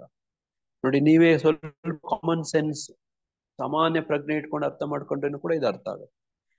ನೋಡಿ ಹಂಗಿರೋ ಕೃಷ್ಣ, ನೋಡಿ ಇಲ್ಲಿ ಎಂಜಾಯ್ ಮಾಡ್ಕೊಂಡಿರೋ ಕೃಷ್ಣ, ನೋಡಿ ಇಲ್ಲಿ ಆಫೀಸ್ಗೆ ಬಂದು ಮಾಡೋ ಕೆಲಸ. ನೋಡಿ ಇಲ್ಲೆಲ್ಲ ಕಾಣ್ತಿದೆ ನೋಡಿ ನಿಮ್ಗೆ, ಅಯೋಧ್ಯ ಧಾಮ, ನೋಡಿ ಇಲ್ಲಿ ವೈಕುಂಠ ಧಾಮ, ನೋಡಿ ಇಲ್ಲೆಲ್ಲ ನೋಡಿ ಐಶ್ವರ್ಯಗಳು. ನೋಡಿ ಆತನಿಗೆ ನೋಡಿ ಸಿಂಹಾಸನದ ಮೇಲೆ ಕೂರಿಸಿ ಲಕ್ಷ್ಮೀನಾರಾಯಣನ ಆ ರೀತಿ ಬಹಳ ಐಶ್ವರ್ಯ ಭಾವದಿಂದ, ನೋಡಿ ಬಹಳ ಗೌರವದಿಂದ ನೋಡಿ ಇಲ್ಲಿ ಸೇವೆಗಳು ಮಾಡ್ತಿದ್ದಾರೆ. ನೋಡಿ ಇದೇ ತರ ಎಷ್ಟೊಂದು ವೈಕುಂಠ ಲೋಕಗಳೆಲ್ಲ ಇದಾವೆ. ನೋಡಿ ಈ ತರದ್ದು ಭಗವಂತ ಎಷ್ಟೊಂದು ನೋಡಿ ವೈಕುಂಠ ಧಾಮಗಳಲ್ಲಿ ಇಷ್ಟೊಂದು ರೂಪಗಳಲ್ಲಿ ಎಂಜಾಯ್ ಮಾಡ್ತಿದ್ದಾನೆ ಈ ಕೃಷ್ಣ. ನೋಡಿ ಆ ವೈಕುಂಠಪತಿ ಕೃಷ್ಣ, ನೋಡಿ ಇದು ಆಧ್ಯಾತ್ಮಿಕ ಲೋಕ. ನೋಡಿ ಈಗ ಇಲ್ಲಿ ಬ್ರಹ್ಮ ಅಂದ್ರೆ ನೋಡ್ರಿ, ಬ್ರಹ್ಮನ್ ಅಂದ್ರೆ ಬ್ರಹ್ಮ ಜ್ಯೋತಿ ಕೂಡ ಬಹಳ ಸರ್ತಿ ಅರ್ಥ ತಗೊಳ್ತಾರೆ. ನೋಡಿ ಇಲ್ಲಿ ನೀವು ನೀಲಿ ಬಣ್ಣದ್ದು ನೀವೇನ್ ಕಾಣ್ತಿದ್ದೀರೋ ಈ ಚಿತ್ರದಲ್ಲಿ, ನೋಡಿ ಇದೆಲ್ಲ ಈ ಶ್ಲೋಕದಲ್ಲಿ ಹೇಳ್ತಿರೋ ಒಟ್ಟು ಐಕ ವಸ್ತು ಅಂತ ಇಲ್ಲಿ ಶ್ಲೋಕದಲ್ಲಿ ಹೇಳ್ತಿದಾರಲ್ವಾ. ಮಮ ಯೋನಿರ್, ನೋಡಿ ಮಮ ಯೋನಿ ಮಹತ್. ನೋಡಿ ಮಹತ್ ಅಂದ್ರೆ ಮಹತ್ತತ್ವ ಅಂತ ರೂಪದ್ರ ಪದದ ಅರ್ಥ ಕೊಡ್ತಾರೆ. ಬ್ರಹ್ಮ ಅಂದ್ರೆ ಪರಮೋನ್ನತನು ಅಂತ. ನೋಡಿ ಇಲ್ಲಿ ಈ ಶ್ಲೋಕದಲ್ಲಿ ಏನು ಬ್ರಹ್ಮನ್ ಒಟ್ಟು ಐಕ ವಸ್ತು ಅಂತ ಹೇಳ್ತಿದಾರೋ, ಇದು ಈ ಚಿತ್ರದಲ್ಲಿ ನೀಲಿ ಬಣ್ಣ ಕಾಣ್ತಿದ್ಯಾ? ನೀಲಿ ಬಣ್ಣದಿಂದ ನೋಡಿ ಬಾಕಿ ಎಲ್ಲವೆಲ್ಲ ಕಾಣ್ತಿದವ. ನೋಡಿ ನೀಲಿ ಬಣ್ಣ ಕಾರಣ ಉದಕ. ಇದು ನೋಡಿ ಇದು ಒಂದು ಕಾರಣೋದಕಶಾಹಿ ವಿಷ್ಣು ಅಂತಿದಾರಲ್ಲ, ಇದೊಂದು ಉದಕ ನೀರು. ಆ ನೀರೊಳಗಡೆ ಮಹತತ್ವ ಅಂತ ನೋಡಿ ನಿಮಗೆ ಮೋಡಗಳ ರೂಪದಲ್ಲಿ ಕಾಣ್ತಿದ್ಯಾ? ಕಾಣ್ತಾ ಇದೆ ನೋಡಿ, ಇದು ಮಹತತ್ವ. ನೋಡಿ ಉದಕ ಅಂತ ಇದೆ, ಕಾರಣ ಉದಕ ಅಂತ. ಉದಕ ಅಂದ್ರೆ ನೀರು ಅಂತ, ಅದೊಂದು ಸಮುದ್ರ ಅಂತ. ಕಾರಣೋದಕ ಶಾಯಿ ನೋಡಿ ಅದರಲ್ಲಿ ನೋಡಿ ವಿಷ್ಣು ಮಲ್ಕೊಂಡಿದ್ದಾನೆ ಇಲ್ಲಿ, ಪುರುಷಾವತಾರ, ಮೊದಲನೇ ಪುರುಷಾವತಾರ. ನೋಡಿ ನಾವ್ ಎಲ್ಲಿಂದ ಬಂದ್ವಿ? ನೋಡಿ ಇಲ್ಲಿಂದ ಬಂದ್ವಿ, ಬ್ರಜೇಂದ್ರನಂದನ ಕೃಷ್ಣನಿಂದ ಬಂದು ವೈಕುಂಠಪತಿ ಲಕ್ಷ್ಮೀನಾರಾಯಣ ಎಲ್ಲ ನೋಡಿ ದರ್ಶನ ಮಾಡಿ ನೋಡಿ ಆ ಬ್ರಹ್ಮಜ್ಯೋತಿ ಆಧ್ಯಾತ್ಮಿಕ ಲೋಕವನ್ನ ದಾಟಿ ಈ ಐಹಿಕ ಪ್ರಪಂಚಕ್ಕೆ ಬಂದಿದ್ದೀವಿ. ಐಹಿಕ ಪ್ರಪಂಚದಲ್ಲಿ ಕಾರಣೋದಕ ಇದೆ, ಅಂದ್ರೆ ಕ್ಯಾಶುವಲ್ ಓಷನ್ ಅಂತ ಹೇಳ್ತಾರೆ. ಕಾಶುವಲ್ ಓಷನ್, ಕಾರಣ ಉದಕ. ನೋಡಿ ನೋಡಿ ಅದರಲ್ಲಿ ನೋಡಿ ಮಹಾವಿಷ್ಣು ಪವಡಿಸಿದ್ದಾನೆ, ಮಲ್ಕೊಂಡಿದ್ದಾನೆ, ಯೋಗ ನಿದ್ರೆಯಲ್ಲಿದ್ದಾನೆ. ಆತ ಉಸಿರಾಡ್ತಾ ಇದ್ದಾನೆ. ಆ ಉಸಿರಾಟದಲ್ಲಿ ಬ್ರಹ್ಮಾಂಡಗಳು ಬರ್ತಿದಾವೆ ನೋಡಿ. ನೋಡಿ ಚಿನ್ನದ ನೋಡಿ ಹಿರಣ್ಯ ಗರ್ಭ ಅಂತ ಹೇಳ್ತಾರೆ. ಹಿರಣ್ಯ ಅಂದ್ರೆ ಚಿನ್ನ, ಗರ್ಭ ನೋಡಿ ಇಲ್ಲಿ ಚಿನ್ನದ ಬಣ್ಣದ ಮೊಟ್ಟೆಗಳು ಕಾಣಿಸ್ತಿದಾವ, ಕಾಣಿಸ್ತಾ ಇದಾವೆ ನೋಡ. ಇದು ಒಟ್ಟು ಐಹಿಕ ವಸ್ತು. ನೋಡಿ ನೀವು ಇಲ್ಲೇನ್ ಕಾಣ್ತಿದೆ ನೋಡಿ, ಮಹತತ್ವ ಇದರಿಂದ ಇದು ರಚನೆ ಆಗಿದೆ ನೋಡಿ. ಅದ್ರೊಳಗಡೆ ಒಂದೊಂದು ಬ್ರಹ್ಮಾಂಡದಲ್ಲೂ ಹೆಂಗಿರುತ್ತೆ ಅಂತ ನೀವು ಇಲ್ಲಿ ಕಾಣ್ತಾ ಇದ್ದೀರಿ ನೋಡಿ. ನಿನ್ನೆ ನಮಗೆ ಭಕ್ತಿ ವೈಭವದಲ್ಲಿ ಇದೇ ಕ್ಲಾಸ್ ಆಗ್ತಾ ಇತ್ತು ನೋಡಿ. ಮುತ್ತುರಾಜ್ ಪ್ರಭು ಯಾರಾದ್ರೂ ಹಂಚ್ಕೊಳಕ್ ಬಯಸ್ತೀರಾ? ಭವ್ಯ, ಮುತ್ತುರಾಜ್ ಪ್ರಭು, ನಿನ್ನೆ ಇದೇ ಚರ್ಚೆ, 2ನೇ ಸ್ಕಂದ ನೋಡಿ. ಆ ಲಿಂಕ್ ಬೇಕಾದ್ರೆ ಶೇರ್ ಮಾಡ್ತೀನಿ, ನೀವು ಉಪಯೋಗ ಮಾಡ್ಕೋಬಹುದು. ಕೇಳ್ತೀರಿ ಅಂದ್ರೆ ಶೇರ್ ಮಾಡ್ತೀನಿ. ಹರೇ ಕೃಷ್ಣ ಪ್ರಭುಜಿ. ಹರೇ ಕೃಷ್ಣ. ಶೇರ್ ಮಾಡಿ ಪ್ರಭು, ಕೇಳ್ತೀವಿ. ಓಕೆ ಮಾತಾಜಿ, ಶೇರ್ ಮಾಡ್ತಾರೆ. ಓಕೆ ಹೇಳಿ ಪ್ರಭು, ನಿಮ್ ರಿಯಲೈಸೇಷನ್ ಏನು ನಿನ್ನೆ ಈ ವಿಚಾರ? ಪ್ರಭುಜಿ ಅವರು ಫಸ್ಟ್ ಕೃಷ್ಣ ಭಗವಂತ ಈ ತರ ಸೃಷ್ಟಿ ಮಾಡ್ಬೇಕಾರೆ ಫಸ್ಟ್ ಗರ್ಭೋದಕಶಾಹಿ ವಿಷ್ಣುವಾಗಿ ಪ್ರತಿಯೊಂದು ಬ್ರಹ್ಮಾಂಡಕ್ಕೂ ವಿಸ್ತರಣೆ ಮಾಡ್ಕೊಂತಾರೆ. ಅದಾದ ನಂತರ ಕ್ಷೀರೋದಕಶಾಹಿಯಾಗಿ ಬರ್ತಾರೆ ಅಂತ ಹೇಳ್ತಿದ್ರು ಪ್ರಭುಜಿ. ಅದ್ರ ಜೊತೆಗೆ ಕಾಳಿ ಮಾತೆ ಬಗ್ಗೆ ಅವ್ರ ಬಗ್ಗೆ ಹೇಳಿದ್ರು ಪ್ರಭುಜಿ. ಆ ಸೃಷ್ಟಿಯನ್ನು ಹೇಳಿದ್ರೆ ಪ್ರಭುಜಿ, ಕಾಳಿ ಮಾತೆ ಬಗ್ಗೆ ಏನ್ ಹೇಳಿದ್ರೆ ಹೇಳಿ.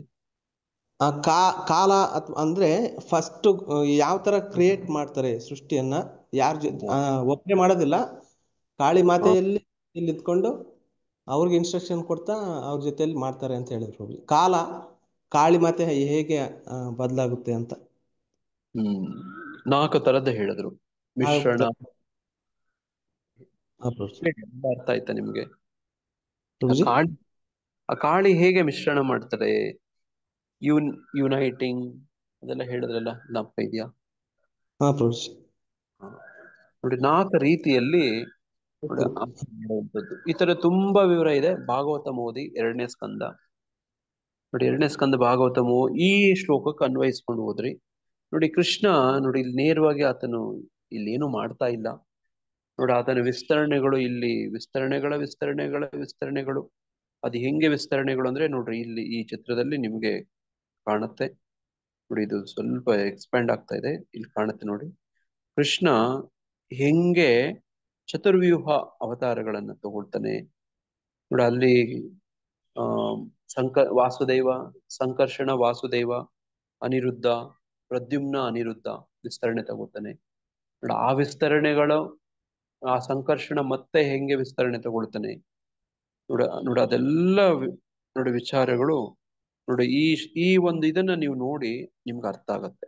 ಹಿಂಗೆ ಸ್ವಯಂ ರೂಪ, ಸ್ವಯಂ ಪ್ರಕಾಶ, ವೈಭವ ಪ್ರಕಾಶ, ಪ್ರಭವ ಪ್ರಕಾಶ ನೋಡಿ, ಹಿಂಗೆಲ್ಲ ವಿಸ್ತರಣೆಗಳಾಗಿ ನೋಡಿ. ಕೃಷ್ಣ ಈ ಚಿತ್ರದಲ್ಲಿ ನಿಮ್ಗೆ ಕಾಣ್ತಿದೆಯಲ್ಲ, ವಾಸುದೇವ, ಸಂಕರ್ಷಣ, ಪ್ರದ್ಯುಮ್ನ, ಅನಿರುದ್ಧ ನೋಡಿ. ಹಿಂಗೆ ಸಂಕರ್ಷಣನಾಗಿ ಮತ್ತೆ ವಿಭವ ವಿಲಾಸ ನೋಡಿ, ನಾರಾಯಣ ನೋಡಿ, ಹಿಂಗೆ ವಿಸ್ತರಣೆಗಳಾಗ್ತಾ ನೋಡಿ. ವಿಸ್ತರಣೆಗಳು ಎಷ್ಟೊಂದಿದೆ ನೋಡಿ. ಸ್ವಾಂಶ ಆಗಿ, ಆಮೇಲೆ ಕಾರಣೋದಕ ವಿಷ್ಣು ಆಗಿ ನೋಡಿ, ಅದರ ನಂತರ ಗರ್ಭೋದಕ ವಿಷ್ಣು ಆಗಿ ನೋಡಿ, ಆಮೇಲೆ ಕ್ಷೀರೋದಕಶಾಹಿ ವಿಷ್ಣು ಆಗಿ ನೋಡಿ, ಆಮೇಲೆ ನೋಡಿ ಈ ಇಷ್ಟೂ ವ್ಯವಸ್ಥೆಗಳು, ರಚನೆಗಳು ನೋಡಿ ಇವೆಲ್ಲ ಆಗಿ ನೋಡಿ. ಇಲ್ಲಿ ನೀವು ಚಿತ್ರದಲ್ಲಿ ಕಾಣ್ತಿರೋಂಗೆ ತುಂಬಾ ಕನ್ಫ್ಯೂಷನ್ ಮಾಡ್ಕೋಬೇಡಿ, ಸರಳವಾಗಿ ಅರ್ಥ ಮಾಡ್ಕೊಳ್ಳೋಣ ನೋಡಿ. ಇಲ್ಲಿ ನೋಡಿ ರಮಾದೇವಿಯನ್ನ ನೋಡ್ತಿದ್ದಾನೆ.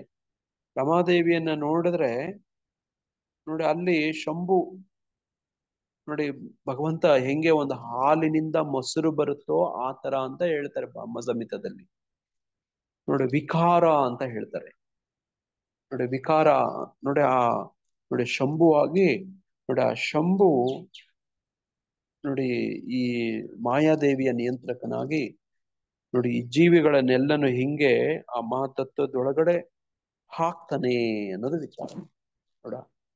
ಇದು ಬ್ರಹ್ಮ ಸಂಹಿತದಲ್ಲಿ ಬರುತ್ತೆ. ಹಿಂಗೆ ಹಾಕ್ತಾನೆ, ಹೆಂಗೆ ಇಂಪ್ರಗ್ನೇಟ್ ಮಾಡ್ತಾನೆ ನೋಡಿ, ಹೆಂಗೆ ಜೀವಿಗಳನ್ನ ಈ ನೋಡಿ ಇವುಗಳೆಲ್ಲ ಸೃಷ್ಟಿ ಮಾಡ್ತಾನೆ ಅನ್ನೋದು ಬ್ರಹ್ಮ ಸಂಹಿತೆಯಲ್ಲೂ ಕೂಡ ವರ್ಣನೆ ಇದೆ ನೋಡಿ. ಯಾರಾದ್ರೂ ಓದ್ಬೋದು, ಅದನ್ನ ವಿಚಾರ ಮಾಡ್ಕೋಬಹುದು. ಬ್ರಹ್ಮ ಸಂಹಿತದಲ್ಲಿ ಏನ್ ಹೇಳ್ತಾರೆ ನೋಡಿ. ಶಂಭು ಬಗ್ಗೆ ಹೇಳ್ತಾನೆ, ಮಾಯಾದೇವಿ ಬಗ್ಗೆ ಹೇಳ್ತಾನೆ, ರಮಾದೇವಿ ಬಗ್ಗೆ ಹೇಳ್ತಾನೆ ನೋಡಿ. ಅದನ್ನೆಲ್ಲ ಸೃಷ್ಟಿ ಸ್ಥಿತಿ ಪ್ರಲಯ ಸಾಧನ ಶಕ್ತಿ ರೇಖಾ ಛಾಯೇ ವಯಸ್ಯ ಭುವನಾನಿ ವಿಭರ್ತಿ ದುರ್ಗಾ ಇಚ್ಛಾನುರೂಪಂ ಅಪಿ ಯಸ್ಯ ಚ ಚೇಷ್ಟತೆ ಸಾ ಗೋವಿಂದಮಾದಿ ಪುರುಷಂ ತಮಹಂ ಭಜಾಮಿ. ಅದೇ ಅಲ್ವಾ ಪ್ರಭು? ಅದೇ ಶ್ಲೋಕ. ಯಾರಾದ್ರೂ ಓದ್ಕೊಳ್ಳಿ, ನಿಮ್ಗೆ ಆಸಕ್ತಿ ಇರೋರು ಈ ಶ್ಲೋಕಕ್ಕೆ ಅನ್ವಯ ಹೋಗಂತೆ ನೋಡಿ. ದುರ್ಗಾ ಅಂತೆಲ್ಲ ಬಂತು ಅಲ್ಲಿ. ಅದೇ ತರನೇ ಶಂಭು ಬಗ್ಗೆ ಓದಿ ಮತ್ತಜಿ. ಯಥಾ ದದಿ ಅಂತ ಬರುತ್ತೆ ನೋಡಿ. ನೋಡಿ ವಿಕಾರಾದಿ ಅಂತ ಬರುತ್ತೆ ನೋಡಿ.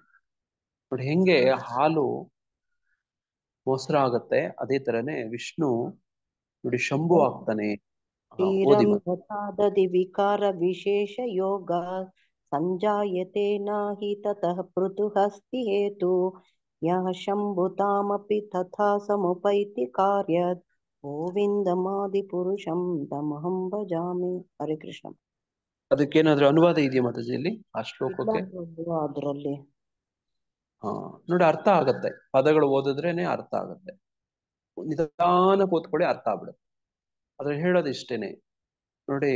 ಹಾಲು ಹೆಂಗೆ ಮೊಸರಾಗುತ್ತೋ ಅದೇ ತರನೇ ವಿಷ್ಣು ನೋಡಿ ಮಾಯಾದೇವಿಯನ್ನ ನಿಯಂತ್ರಣ ಮಾಡೋದಕ್ಕೆ ನೋಡಿ ಶಂಭು ಆಗಿ ನೋಡಿ ನೋಡಿ ಈ ಎಲ್ಲ ಕ್ರಿಯೆಗಳನ್ನ ಮಾಡ್ತಾನೆ ಅಂತ.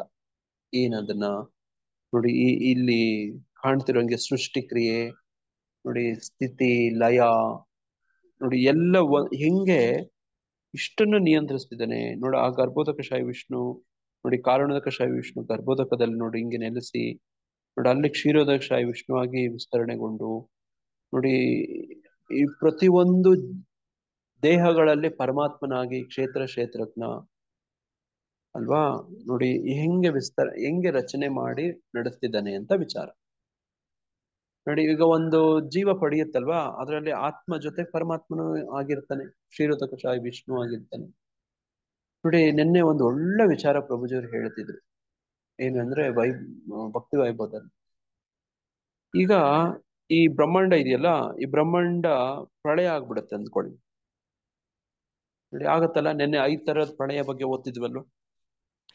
ಮಹಾಪ್ರಳಯ, ಬ್ರಹ್ಮಾಂಡನೇ ಸ್ಫೋಟ ಆಗಿ ಪ್ರಳಯ ಆಗತ್ತಲ್ವಾ, ಆಗತ್ತೆ ಹೌದು ನೋಡಿ. ಅದು ವಿಷ್ಣುವಿನ ನೋಡಿ ಮೂಗೊಳಗೆ ನೋಡಿ ಉಸಿರಾಡ್ತಿದ್ದಾನೆ, ದೇಹದೊಳಗಡೆ ಹೋಗ್ಬಿಡುತ್ತೆ ನೋಡಿ. ಆ ಜೀವಿಗಳೆಲ್ಲ ವಿಷ್ಣು ದೇಹದೊಳಗೆ ಹೋಗ್ತವೆ. ಮತ್ತೆ ಇನ್ನೊಂದ್ಸತಿ ಸೃಷ್ಟಿ ಆಗತ್ತೆ, ಇನ್ನೊಂದ್ಸತಿ ಪ್ರಳಯ ಆದ್ಮೇಲೆ ಮತ್ತೆ ಸೃಷ್ಟಿ ಆಗ್ಬೇಕಲ್ವಾ. ಆ ಸೃಷ್ಟಿ ಆದಾಗ ಆ ಜೀವಿಗಳೆಲ್ಲ ಎಲ್ಲಿರ್ತವೆ, ಈ ಗರ್ಭೋದಕಶಾಹಿ ವಿಷ್ಣು ಒಳಗಡೆ ಇರ್ತವೆ ನೋಡಿ. ಈ ಕಾರಣೋದಕಶಾಹಿ ವಿಷ್ಣು ಒಳಗಡೆ ಇರ್ತವಂತೆ. ಅದಕ್ಕೆ ನಾರಾಯಣ ಅಂತ ಹೆಸರು ಆತನಿಗೆ. ಈ ಎಲ್ಲ ಜೀವಿಗಳು ಯಾರಲ್ಲಿ ಆಶ್ರಯವನ್ನ ಶೆಲ್ಟರ್ ತಗೊಂಡಿರ್ತವೋ ಅದು ಆತ ಅಂತ ನೋಡಿ. ಮತ್ತೆ ಇನ್ನೊಂದ್ಸತಿ ಸೃಷ್ಟಿ ಆದಾಗ ನೋಡಿ, ಅವು ಹಿಂದೆ ಯಾವ್ಯಾವ ಜೀವಿಗಳು ಏನೇನಾಗಿದ್ವು ಅವು ಹಂಗಂಗೆ ಹುಟ್ಟಿ ಬರ್ತವಂತೆ. ಗಿಡ ಆಗಿದ್ದ ಜೀವಿಗಳು ಗಿಡವಾಗಿ, ಮರವಾಗಿದ್ದವು ಮರ, ಪಕ್ಷಿ ಆಗಿದ್ದವು ಪಕ್ಷಿ ನೋಡಿ, ಹಂಗೆ ದೇಹ ಪಡ್ಕೊಂಡು ಬರ್ತವೆ.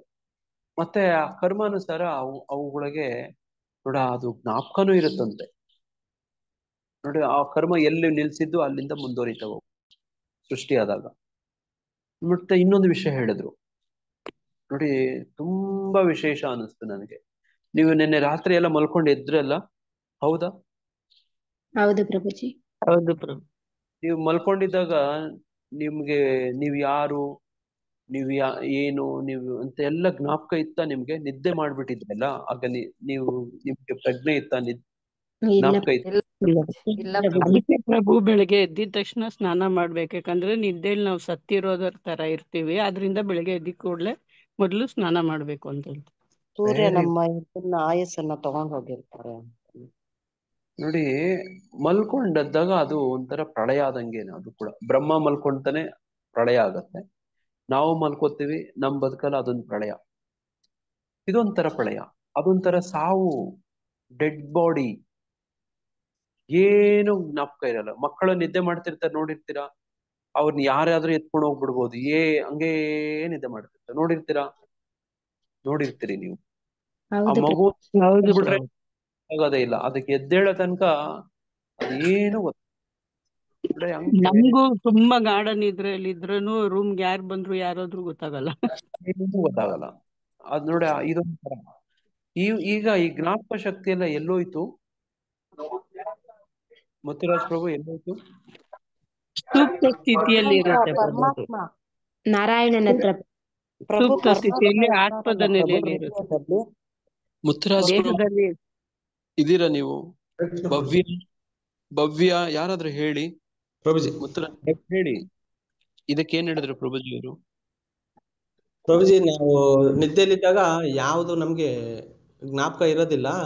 ನಾವು ಹೆಣ್ಣಾಗ್ಲಿ ಗಂಡಾಗ್ಲಿ ಅಥವಾ ತಂದೆ ಇದು ಯಾವ ತರ ಇರೋದಿಲ್ಲ.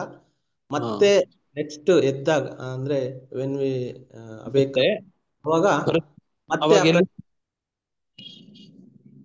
ಆ ಜ್ಞಾಪಕ ಎಲ್ಲ ಓಕೆ, ನಾನೇ ಹೇಳ್ತೀನಿ. ಆ ಜ್ಞಾಪಕ ಎಲ್ಲ ಒಂದು ಪೆನ್ ಡ್ರೈವ್ ಅಲ್ಲಿ ಹಾಕೊಂಡು ನಾವು ಸ್ಟೋರ್ ಮಾಡ್ಕೊಂಡಿರ್ತೀವಲ್ವಾ, ಆ ತರದ್ದು ಪರಮಾತ್ಮ ನೋಡಿ, ಆತ್ಮ ಶಿಫ್ಟ್ ಮಾಡತ್ತಂತೆ. ಮತ್ತೆ ಬೆಳಗ್ಗೆ ಎದ್ದಾಗ ಮತ್ತೆ ಸ್ವಿಚ್ ಆನ್, ಆ ಪರಮಾತ್ಮನಿಂದ ಮತ್ತೆ ಎಲ್ಲ ನೋಡಿ ಆತ್ಮಕ್ಕೆ ನೋಡಿ ಟ್ರಾನ್ಸ್ಫರ್ ಆಗುತ್ತಂತೆ. ಪೆನ್ ಡ್ರೈವ್ ತರ ಪ್ರಭುಜಿ ಈ ತರ ಉದಾಹರಣೆ ಕೊಟ್ರು, ಪೆನ್ ಡ್ರೈವ್ ಅಂತ ನೋಡಿ. ಹಂಗೆ ಆ ಪರಮಾತ್ಮ ಏನೇನೆಲ್ಲ ಮಾಡ್ತಿದ್ದಾನೆ ನೋಡಿ ಅಲ್ವಾ. ನೋಡಿ, 2ನೇ ಅಧ್ಯಾಯದಲ್ಲಿ ಕೃಷ್ಣ ಹೇಳ್ತಾನೆ ಅರ್ಜುನನಿಗೆ, ನಾನು ಎಷ್ಟೋ ಜನ್ಮಗಳ ಪಡೆದಿದ್ದೀನಿ, ನೀನು ಎಷ್ಟೋ ಪಡೆದಿದ್ಯಾ, ನಿನ್ಗೇನು ಜ್ಞಾಪಕ ಇಲ್ಲ, ನನಗೆಲ್ಲ ಜ್ಞಾಪಕ ಇದೆ ಅಂತ ಹೇಳ್ತಾನೆ. ಹೌದಾ? 2ನೇ ಅಧ್ಯಾಯದಲ್ಲಿ ಹೇಳ್ತಾನೆ, ಯಾರಾದ್ರೂ ಹುಡುಕಿ ಹೇಳ್ಬೋದು. ಹೌದು ಪ್ರಭು. ಹೇಳ್ತಾನೆ ನೋಡಿ. ಅರ್ಜುನ ಎಲ್ಲ ಮರ್ತೋಗ್ಬಿಟ್ಟಿರ್ತಾನೆ ಹಿಂದಿನ ಜನ್ಮಗಳು, ಕೃಷ್ಣ ಮರ್ತಿರೋದಿಲ್ಲ. ನಾನು ನೋಡಿ ಹಿಂದೆನೂ ಇದ್ದೆ ಮುಂದೆನೂ ಇರ್ತೀನಿ ಇವಾಗ್ಲೂ ಇದ್ದೀನಿ ಅಂತ ಹೇಳಿದಾಗ ಮಾತು ಹೇಳ್ತಾರೆ. ನಿನ್ಗೆ ಹೆಂಗ್ ನೆನ್ಪಿದೆ ನನಗ್ ನೆನ್ಪಿಲ್ಲ ಅಂತ ಕೇಳ್ತಾರೆ.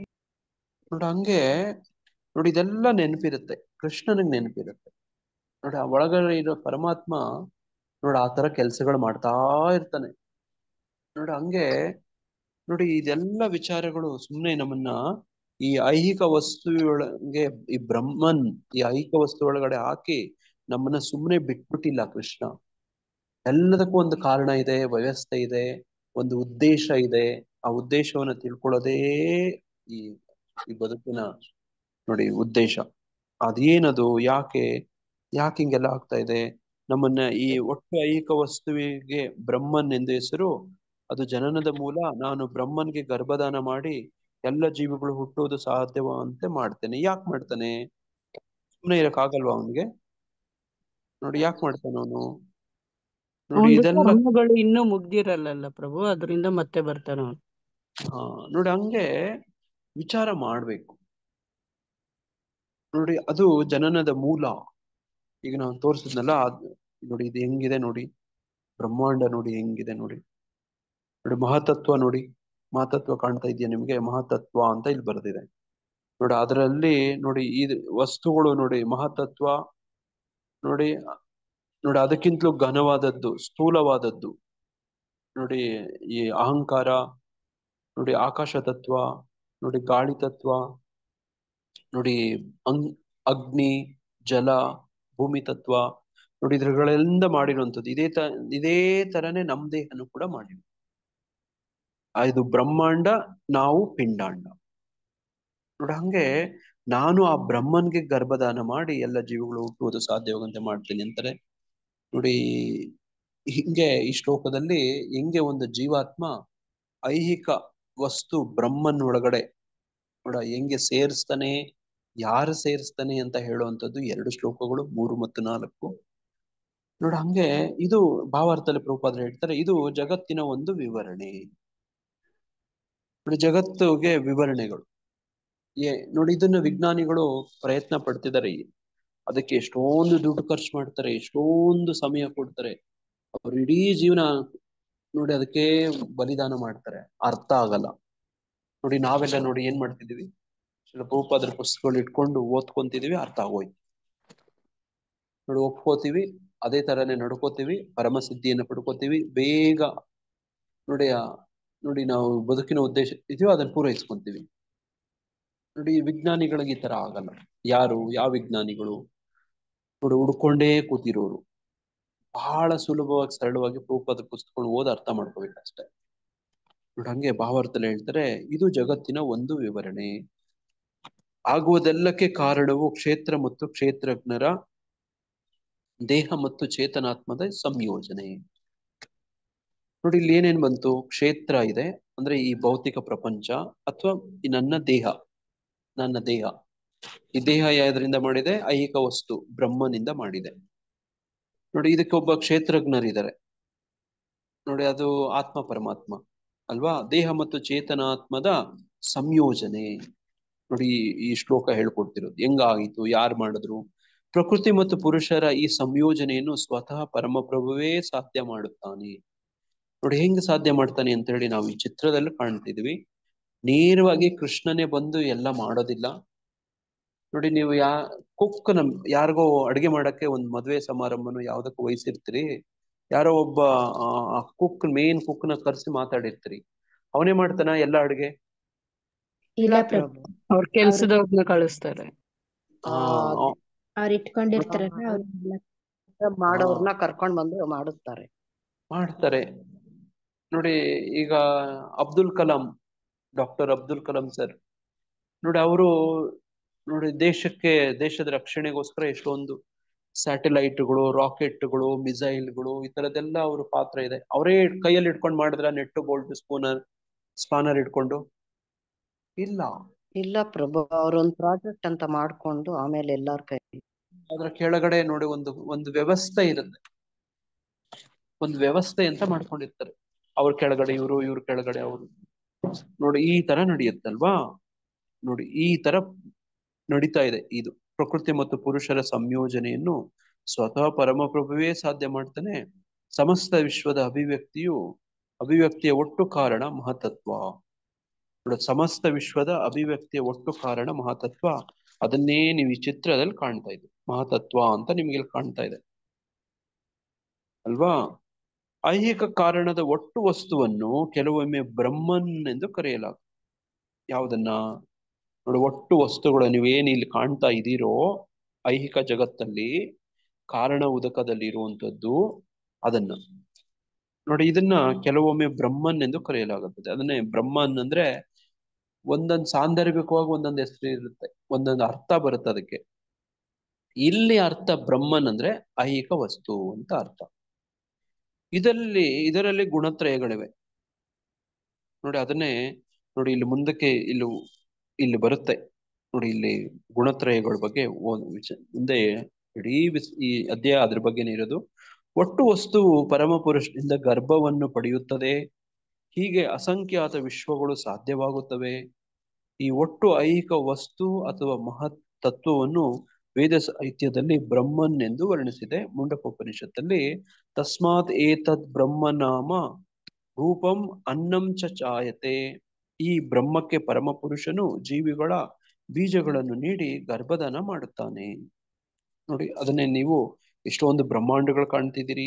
ಆ ಬ್ರಹ್ಮಾಂಡಗಳ ಒಳಗಡೆ ನೋಡಿ ಈ ತರ ಗರ್ಭೋದಕಶಾಹಿ, ಕ್ಷೀರೋದಕಶಾಹಿ, ವಿಷ್ಣು ನೋಡ್ತಿದ್ದೀರಿ.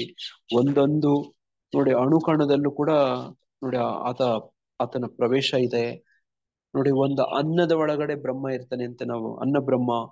ಈಗ ನೀವೆಲ್ಲ ನಾಷ್ಟ ಮಾಡ್ತೀರಲ್ವಾ?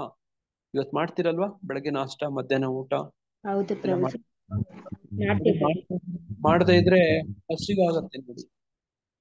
ಆ ಅನ್ನ ಬ್ರಹ್ಮನನ್ನ ನೀವು ತಿಂದ್ರೆ, ನಿಮ್ ದೇಹದೊಳಗಡೆ ಹಾಕೊಂಡ್ರೆ ನಿಮ್ಗೆ ಶಕ್ತಿ ಬರುತ್ತೆ ನೋಡಿ. ಅದ್ ಹೆಂಗ್ ಶಕ್ತಿ ಬರುತ್ತೆ, ಯಾಕೆ ಶಕ್ತಿ ಬರುತ್ತೆ ನೋಡಿ. ಇಲ್ಲಿ ಅದರ ಅರ್ಥ ಹೇಳ್ತಿದ್ದಾರೆ ನೋಡಿ. ಅನ್ನ ತಿಂದೇ ಇದ್ರೆ, ಅನ್ನ ಬ್ರಹ್ಮನನ್ನ ಸಹಾಯ ಇಲ್ಲದೆ ನೀವು ಬದುಕಕ್ಕಾಗಲ್ಲ ಈಗ ಅಲ್ವಾ? ಹಂಗೆ ಒಟ್ಟು ವಸ್ತು ಪರಮಪುರುಷನಿಂದ ಗರ್ಭವನ್ನು ಪಡೆಯುತ್ತದೆ. ಹೀಗೆ ಅಸಂಖ್ಯಾತ ವಿಶ್ವಗಳು ಸಾಧ್ಯವಾಗುತ್ತವೆ. ಈ ಒಟ್ಟು ಐಹಿಕ ವಸ್ತು ಅಥವಾ ಮಹತ್ತತ್ವವನ್ನು ನೋಡಿ. ಇದೆಲ್ಲ ಆಯ್ತು ನೋಡಿ. ಹಿಂಗೆ ಭೂಮಿ, ನೀರು, ಅಗ್ನಿ ಮತ್ತು ವಾಯು ಇವುಗಳಿಂದ ಪ್ರಾರಂಭಿಸಿ 24 ಘಟಕಾಂಶಗಳು ಎಲ್ಲವೂ ಐಹಿಕ ಶಕ್ತಿ ನೋಡಿ. ಅದನ್ನೇ ನೀವು 24 ಘಟಕಾಂಶಗಳು ನೋಡಿ. ಇಲ್ಲಿ ಭೂಮಿ, ನೀರು, ಅಗ್ನಿ, ವಾಯು ನೋಡಿ, ಆಕಾಶ ತತ್ವ, ಇದೆಲ್ಲ ನಿಮ್ ಚಿತ್ರದಲ್ಲಿ ಕಾಣ್ತಾ ಇದೆ ನೋಡಿ. ನೋಡಿ ಹೆಂಗೆ ರಚನೆ ಮಾಡಿದೆ ಬ್ರಹ್ಮಾಂಡ ಅಂತ. ಅದೇ ತರ ನಮ್ ದೇಹನೂ ಕೂಡ ನೋಡಿ 24 ಘಟಕಾಂಶಗಳು ಎಲ್ಲವೂ ಐಹಿಕ ಶಕ್ತಿ. ಅವುಗಳೆಲ್ಲ ಸೇರಿ ಮಹತ್ ಬ್ರಹ್ಮ ಅಥವಾ ಐಹಿಕ ಪ್ರಕೃತಿ. 7ನೇ ಅಧ್ಯಾಯದಲ್ಲಿ ವಿವರಿಸಿದಂತೆ ಇದರಾಚೆ ಇದಕ್ಕಿಂತ ಶ್ರೇಷ್ಠವಾದ ಇನ್ನೊಂದು ಪ್ರಕೃತಿ ಇದೆ, ಅದು ಜೀವಿ ನೋಡಿ. ಇದೆಲ್ಲ ಏನ್ ಹೇಳಿದಾರಲ್ಲ, ಜೀವಿಗೂ ಇದಕ್ಕೂ ವ್ಯತ್ಯಾಸ ಇದೆ.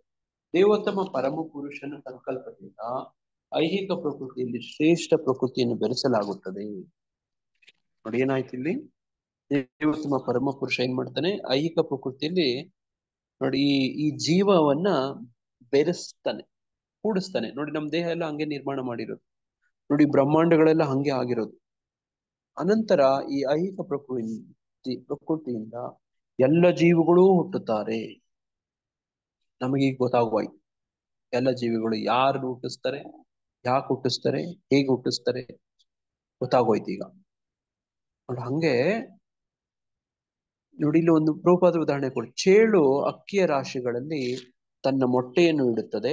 ಚೇಳು ಅಕ್ಕಿಯಿಂದ ಹುಟ್ಟುತ್ತದೆ ಎಂದು ಕೆಲವೊಮ್ಮೆ ಹೇಳುವುದುಂಟು. ಆದರೆ ಅಕ್ಕಿಯು ಚೇಳಿನ ಕಾರಣವಲ್ಲ. ವಾಸ್ತವವಾಗಿ ಮೊಟ್ಟೆಗಳನ್ನು ಇಟ್ಟಿದ್ದು ತಾಯಿ. ಹಾಗೆಯೇ ಜೀವಿಗಳ ಹುಟ್ಟಿಗೆ ಐಹಿಕ ಪ್ರಕೃತಿಯು ಕಾರಣವಲ್ಲ. ದೇವೋತ್ತಮ ಪರಮ ಪುರುಷನು ಬೀಜವನ್ನು ನೀಡುತ್ತಾನೆ. ಅವು ಐಹಿಕ ಪ್ರಕೃತಿಯ ಉತ್ಪನ್ನಗಳಾಗಿ ಹೊರಕ್ಕೆ ಬರುವಂತೆ ಕಾಣುತ್ತವೆ ಅಷ್ಟೇ. ಹೀಗೆ ಪ್ರತಿಯೊಬ್ಬ ಜೀವಿಯು ತನ್ನ ಹಿಂದಿನ ಕರ್ಮಗಳಿಗೆ ಅನುಗುಣವಾಗಿ ಬೇರೆ ದೇಹವನ್ನು ಪಡೆಯುತ್ತಾನೆ. ಯಾಕೆ ನೀವು ಈ ದೇಹ ಪಡ್ಕೊಂಡಿದ್ದೀರಿ ಅಂತ ಪ್ರಶ್ನೆ ಕೇಳಿದ್ರೆ ನೋಡಿ, ಒಬ್ರು ಹೆಣ್ಣಾಗಿದ್ದೀರಿ, ಕೆಲವರು ಗಂಡ ಆಗಿದ್ದೀರಿ ನೋಡಿ. ಕೆಲವರು ಬಹಳ ನೋಡಿ ಸುಂದರವಾದ ಶರೀರ ಪಡ್ಕೊಂಡಿದ್ದೀರಿ, ಕೆಲವರು ಅಷ್ಟಾಗಿ ಸುಂದರವಲ್ಲದೆ ಇರುವಂತ ಶರೀರದಲ್ಲಿ ಇದ್ದೀರಿ ನೋಡಿ. ಕೆಲವರು ಬಹಳ ಬಲಾಢ್ಯರಾಗಿರ್ತೀರಿ, ಕೆಲವರೆಲ್ಲ ಬಲಹೀನರಾಗಿರ್ತೀರಿ. ಕೆಲವರು ಆರೋಗ್ಯ ದೇಹದಲ್ಲಿ ಇದ್ದೀರಿ, ಕೆಲವರು ಅನಾರೋಗ್ಯ ಪೀಡಿತರಿದ್ದೀರಿ ನೋಡಿ ಕೆಲವರು ಶ್ರೀಮಂತರ ಕುಟುಂಬದಲ್ಲಿ ಹುಟ್ಟಿರ್ತೀರಿ, ಕೆಲವರು ನೋಡಿ ತೀರಾ ನೋಡಿ ವಿನಮ್ರ ಕುಟುಂಬಗಳು, ನೋಡಿ ಬಡ ಕುಟುಂಬಗಳಲ್ಲಿ ಹುಟ್ಟಿರ್ತಾರೆ. ಇದೆಲ್ಲ ಯಾಕಾಗತ್ತೆ ಅಂತ ಯಾರೂ ಇದಕ್ಕೆ ಕಾರಣಗಳು ಹೇಳಕ್ಕಾಗಲ್ಲ. ಭಗವದ್ಗೀತೆ ಹೇಳುತ್ತೆ ನೋಡಿ, ವೇದ ಸಾಹಿತ್ಯದಲ್ಲಿ ಇದು ಉತ್ತರ ಇದೆ ನೋಡಿ. ಹಂಗೆ ನಮ್ಮ ಹುಟ್ಟಿಗೆ ಕಾರಣ ನೋಡಿ ಇಲ್ಲಿ ನಮ್ಗೆ ಗೊತ್ತಾಗ್ತಾ ಇದೆ ನೋಡಿ. ಹಿಂಗೆ ಇದನ್ನೇ ನನ್ನ ಸಬ್ಜೆಕ್ಟ್ ಮೈಕ್ರೋಬಯಾಲಜಿ ನೋಡಿ. ಈ ಮೈಕ್ರೋಬಯಾಲಜಿಯಲ್ಲಿ ಯಾರಾದ್ರೂ ಓದಿದ್ದೀರಾ? ನನ್ನ ಸ್ಟೂಡೆಂಟ್ಸ್ ಇದ್ದೀರಾ? ಭವ್ಯ, ಶೋಭಾ, ಇನ್ಯಾರಾದ್ರೂ ಸ್ಟೂಡೆಂಟ್ ಸೈನ್ಸ್ ಓದಿರೋರು ಇದ್ದೀರಾ? ಲೈಫ್ ಕಮ್ಸ್ ಫ್ರಮ್ ಲೈಫ್ ಅಂತ ಪ್ರಭುಪಾದರ ಒಂದು ಪುಸ್ತಕ ಇದೆ, ಓದಿದ್ದೀರಾ? ಜೀವದ ಮೂಲ ಅಲ್ವಾ? ನೋಡಿ ಈ ಹಿಂದೆ ನೋಡಿ ಬಹಳ ವರ್ಷಗಳವರೆಗೂ ಏನಂತ ಸ್ಪಾಂಟೇನಿಯಸ್ ಜನರೇಷನ್ ಥಿಯರಿ ಅಂತ ಒಂದು ಇತ್ತು ನೋಡಿ. ಸ್ಪಾಂಟೇನಿಯಸ್ ಜನರೇಷನ್, ಈಗ ಇಲ್ಲಿ ಹೇಳ್ತಿದ್ರಲ್ವಾ ಚೇಳು ನೋಡಿ. ಈ ಚೇಳು ಹೆಂಗೆ ಅಂದ್ರೆ ಕತೆ ನೋಡಿ, ಇಲ್ಲಿ ಚಿತ್ರದಲ್ಲಿ ತೋರಿಸ್ತೀನಿ. ಇದ್ರ ಬಗ್ಗೆ ನಾನು ಪಾಠ ಮಾಡ್ತೇನೆ ನೋಡಿ.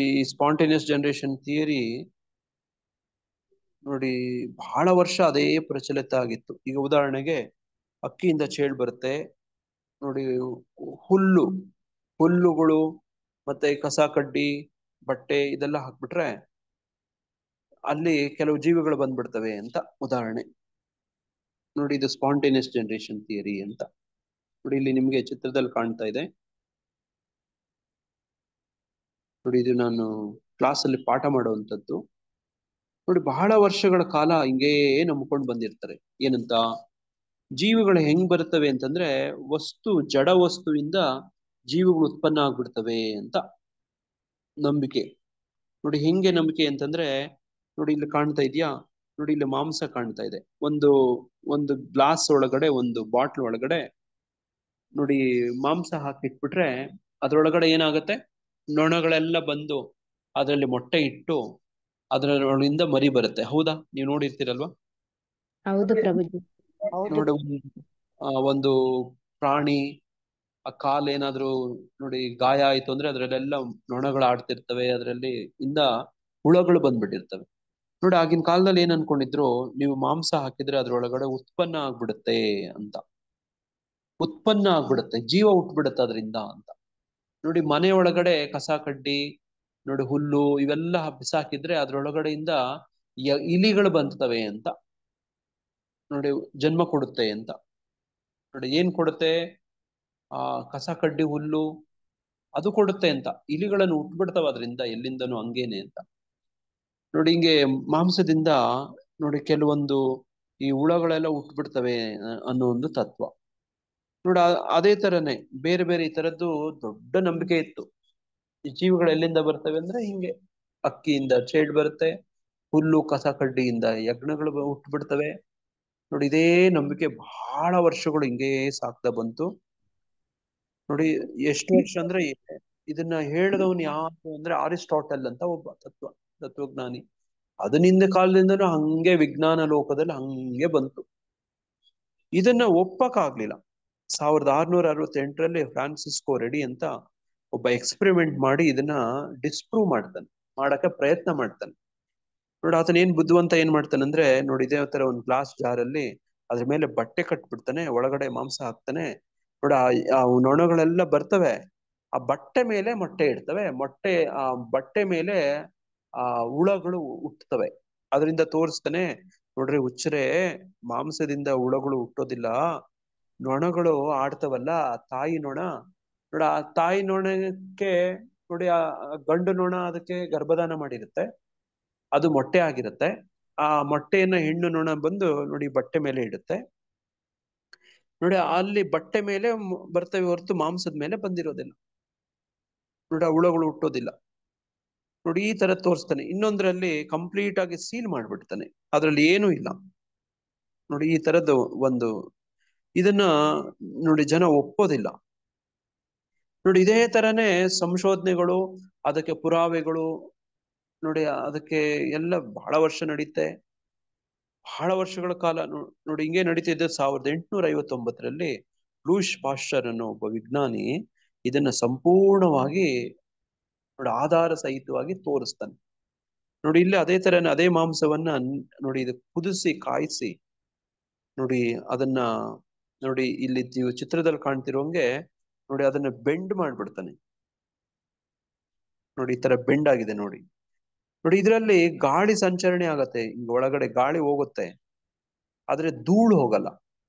ನೋಡಿ ಆ ಸೂಕ್ಷ್ಮಾಣು ಜೀವಿಗಳಿರ್ತಾವಲ್ಲ ಅವು ಧೂಳು ಮುಖಾಂತರ ಈ ಮಾಂಸಕ್ಕೆ ಬಂದು ನೋಡಿ ಆ ಒಂದು ಮೀಡಿಯಾ ಮಾಧ್ಯಮ ಆ ಬೆಳೆಯುವಂಥದ್ದು ನೋಡಿ ಅದು ಜೀವಿಗಳು ಬೆಳ್ಕೊಳ್ಳುವಂಥದ್ದು. ಅದನ್ನ ನಿರೂಪಣೆ ಆಧಾರ ಸಹಿತವಾಗಿ ತೋರಿಸ್ತಾನೆ. ಅಲ್ಲಿಂದ ಆಚೆ ಈ ಸ್ಪಾಂಟೇನಿಯಸ್ ಜನರೇಷನ್ ಥಿಯರಿ ಅಂತ ಏನಿತ್ತೋ, ಭೌತಿಕ ವಸ್ತುಗಳಿಂದ ಜೀವಿಗಳು ಉತ್ಪನ್ನ ಆಗ್ತವೆ ಅಂತ ಬಹಳ ಕಾಲಗಳು ಏನಿತ್ತೋ ನೋಡ, ಅದನ್ನ ಜನಗಳು ಅರ್ಥ ಮಾಡ್ಕೊಳ್ತಾರೆ. ಅದು ತಪ್ಪು, ಬೋಗಸ್ ಅಂತ. ಜೀವ ಎಲ್ಲಿಂದ ಬರುತ್ತೆ? ಜೀವದ ಮೂಲ ಜೀವ ಅಂತ ಅರ್ಥ ಆಗತ್ತೆ ನೋಡ.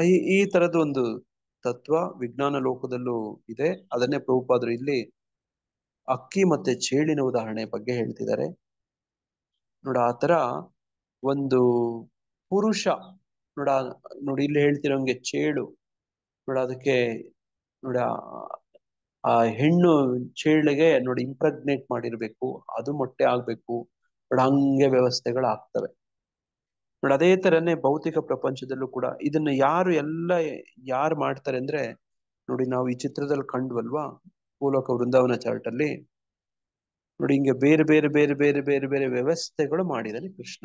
ನೇರವಾಗಿ ಆತನೇ ಮಾಡೋದಿಲ್ಲ ನೋಡಿ. ಆತನ ವಿಸ್ತರಣೆಗಳು ಆತನ ನೋಡಿ ಹಿಂಗೆ ತಾರೆ ಕೃಷ್ಣ ನಿರ್ವಹಿಸ್ತಿರೋದು. ಹಂಗಾಗಿ ನೋಡಿ ಕೃಷ್ಣನೇ ಇದೆಲ್ಲಕ್ಕ ಕಾರಣ. ಒಟ್ಟು ಐಹಿಕ ವಸ್ತುವಿಗೆ ಬ್ರಹ್ಮನೆಂದೆಸರು, ಅದು ಜನನದ ಮೂಲ. ನಾನು ಆ ಬ್ರಹ್ಮನ್ಗೆ ಗರ್ಭದಾನ ಮಾಡಿ ಎಲ್ಲ ಜೀವಗಳು ಹುಟ್ಟುವುದು ಸಾಧ್ಯವಾಗುವಂತೆ ಮಾಡ್ತೇನೆ ಅಂತ ಹೇಳು. ಹರೇ ಕೃಷ್ಣ. ಯಾರಾದ್ರೂ ಏನಾದ್ರು ಹೇಳೋದು ಕೇಳೋದು ಏನಾದ್ರು ಇದೆಯಾ? ಯಾರಿಗಾದ್ರೂ ಏನಾದ್ರು ಪ್ರಶ್ನೆ ಇದೆಯಾ?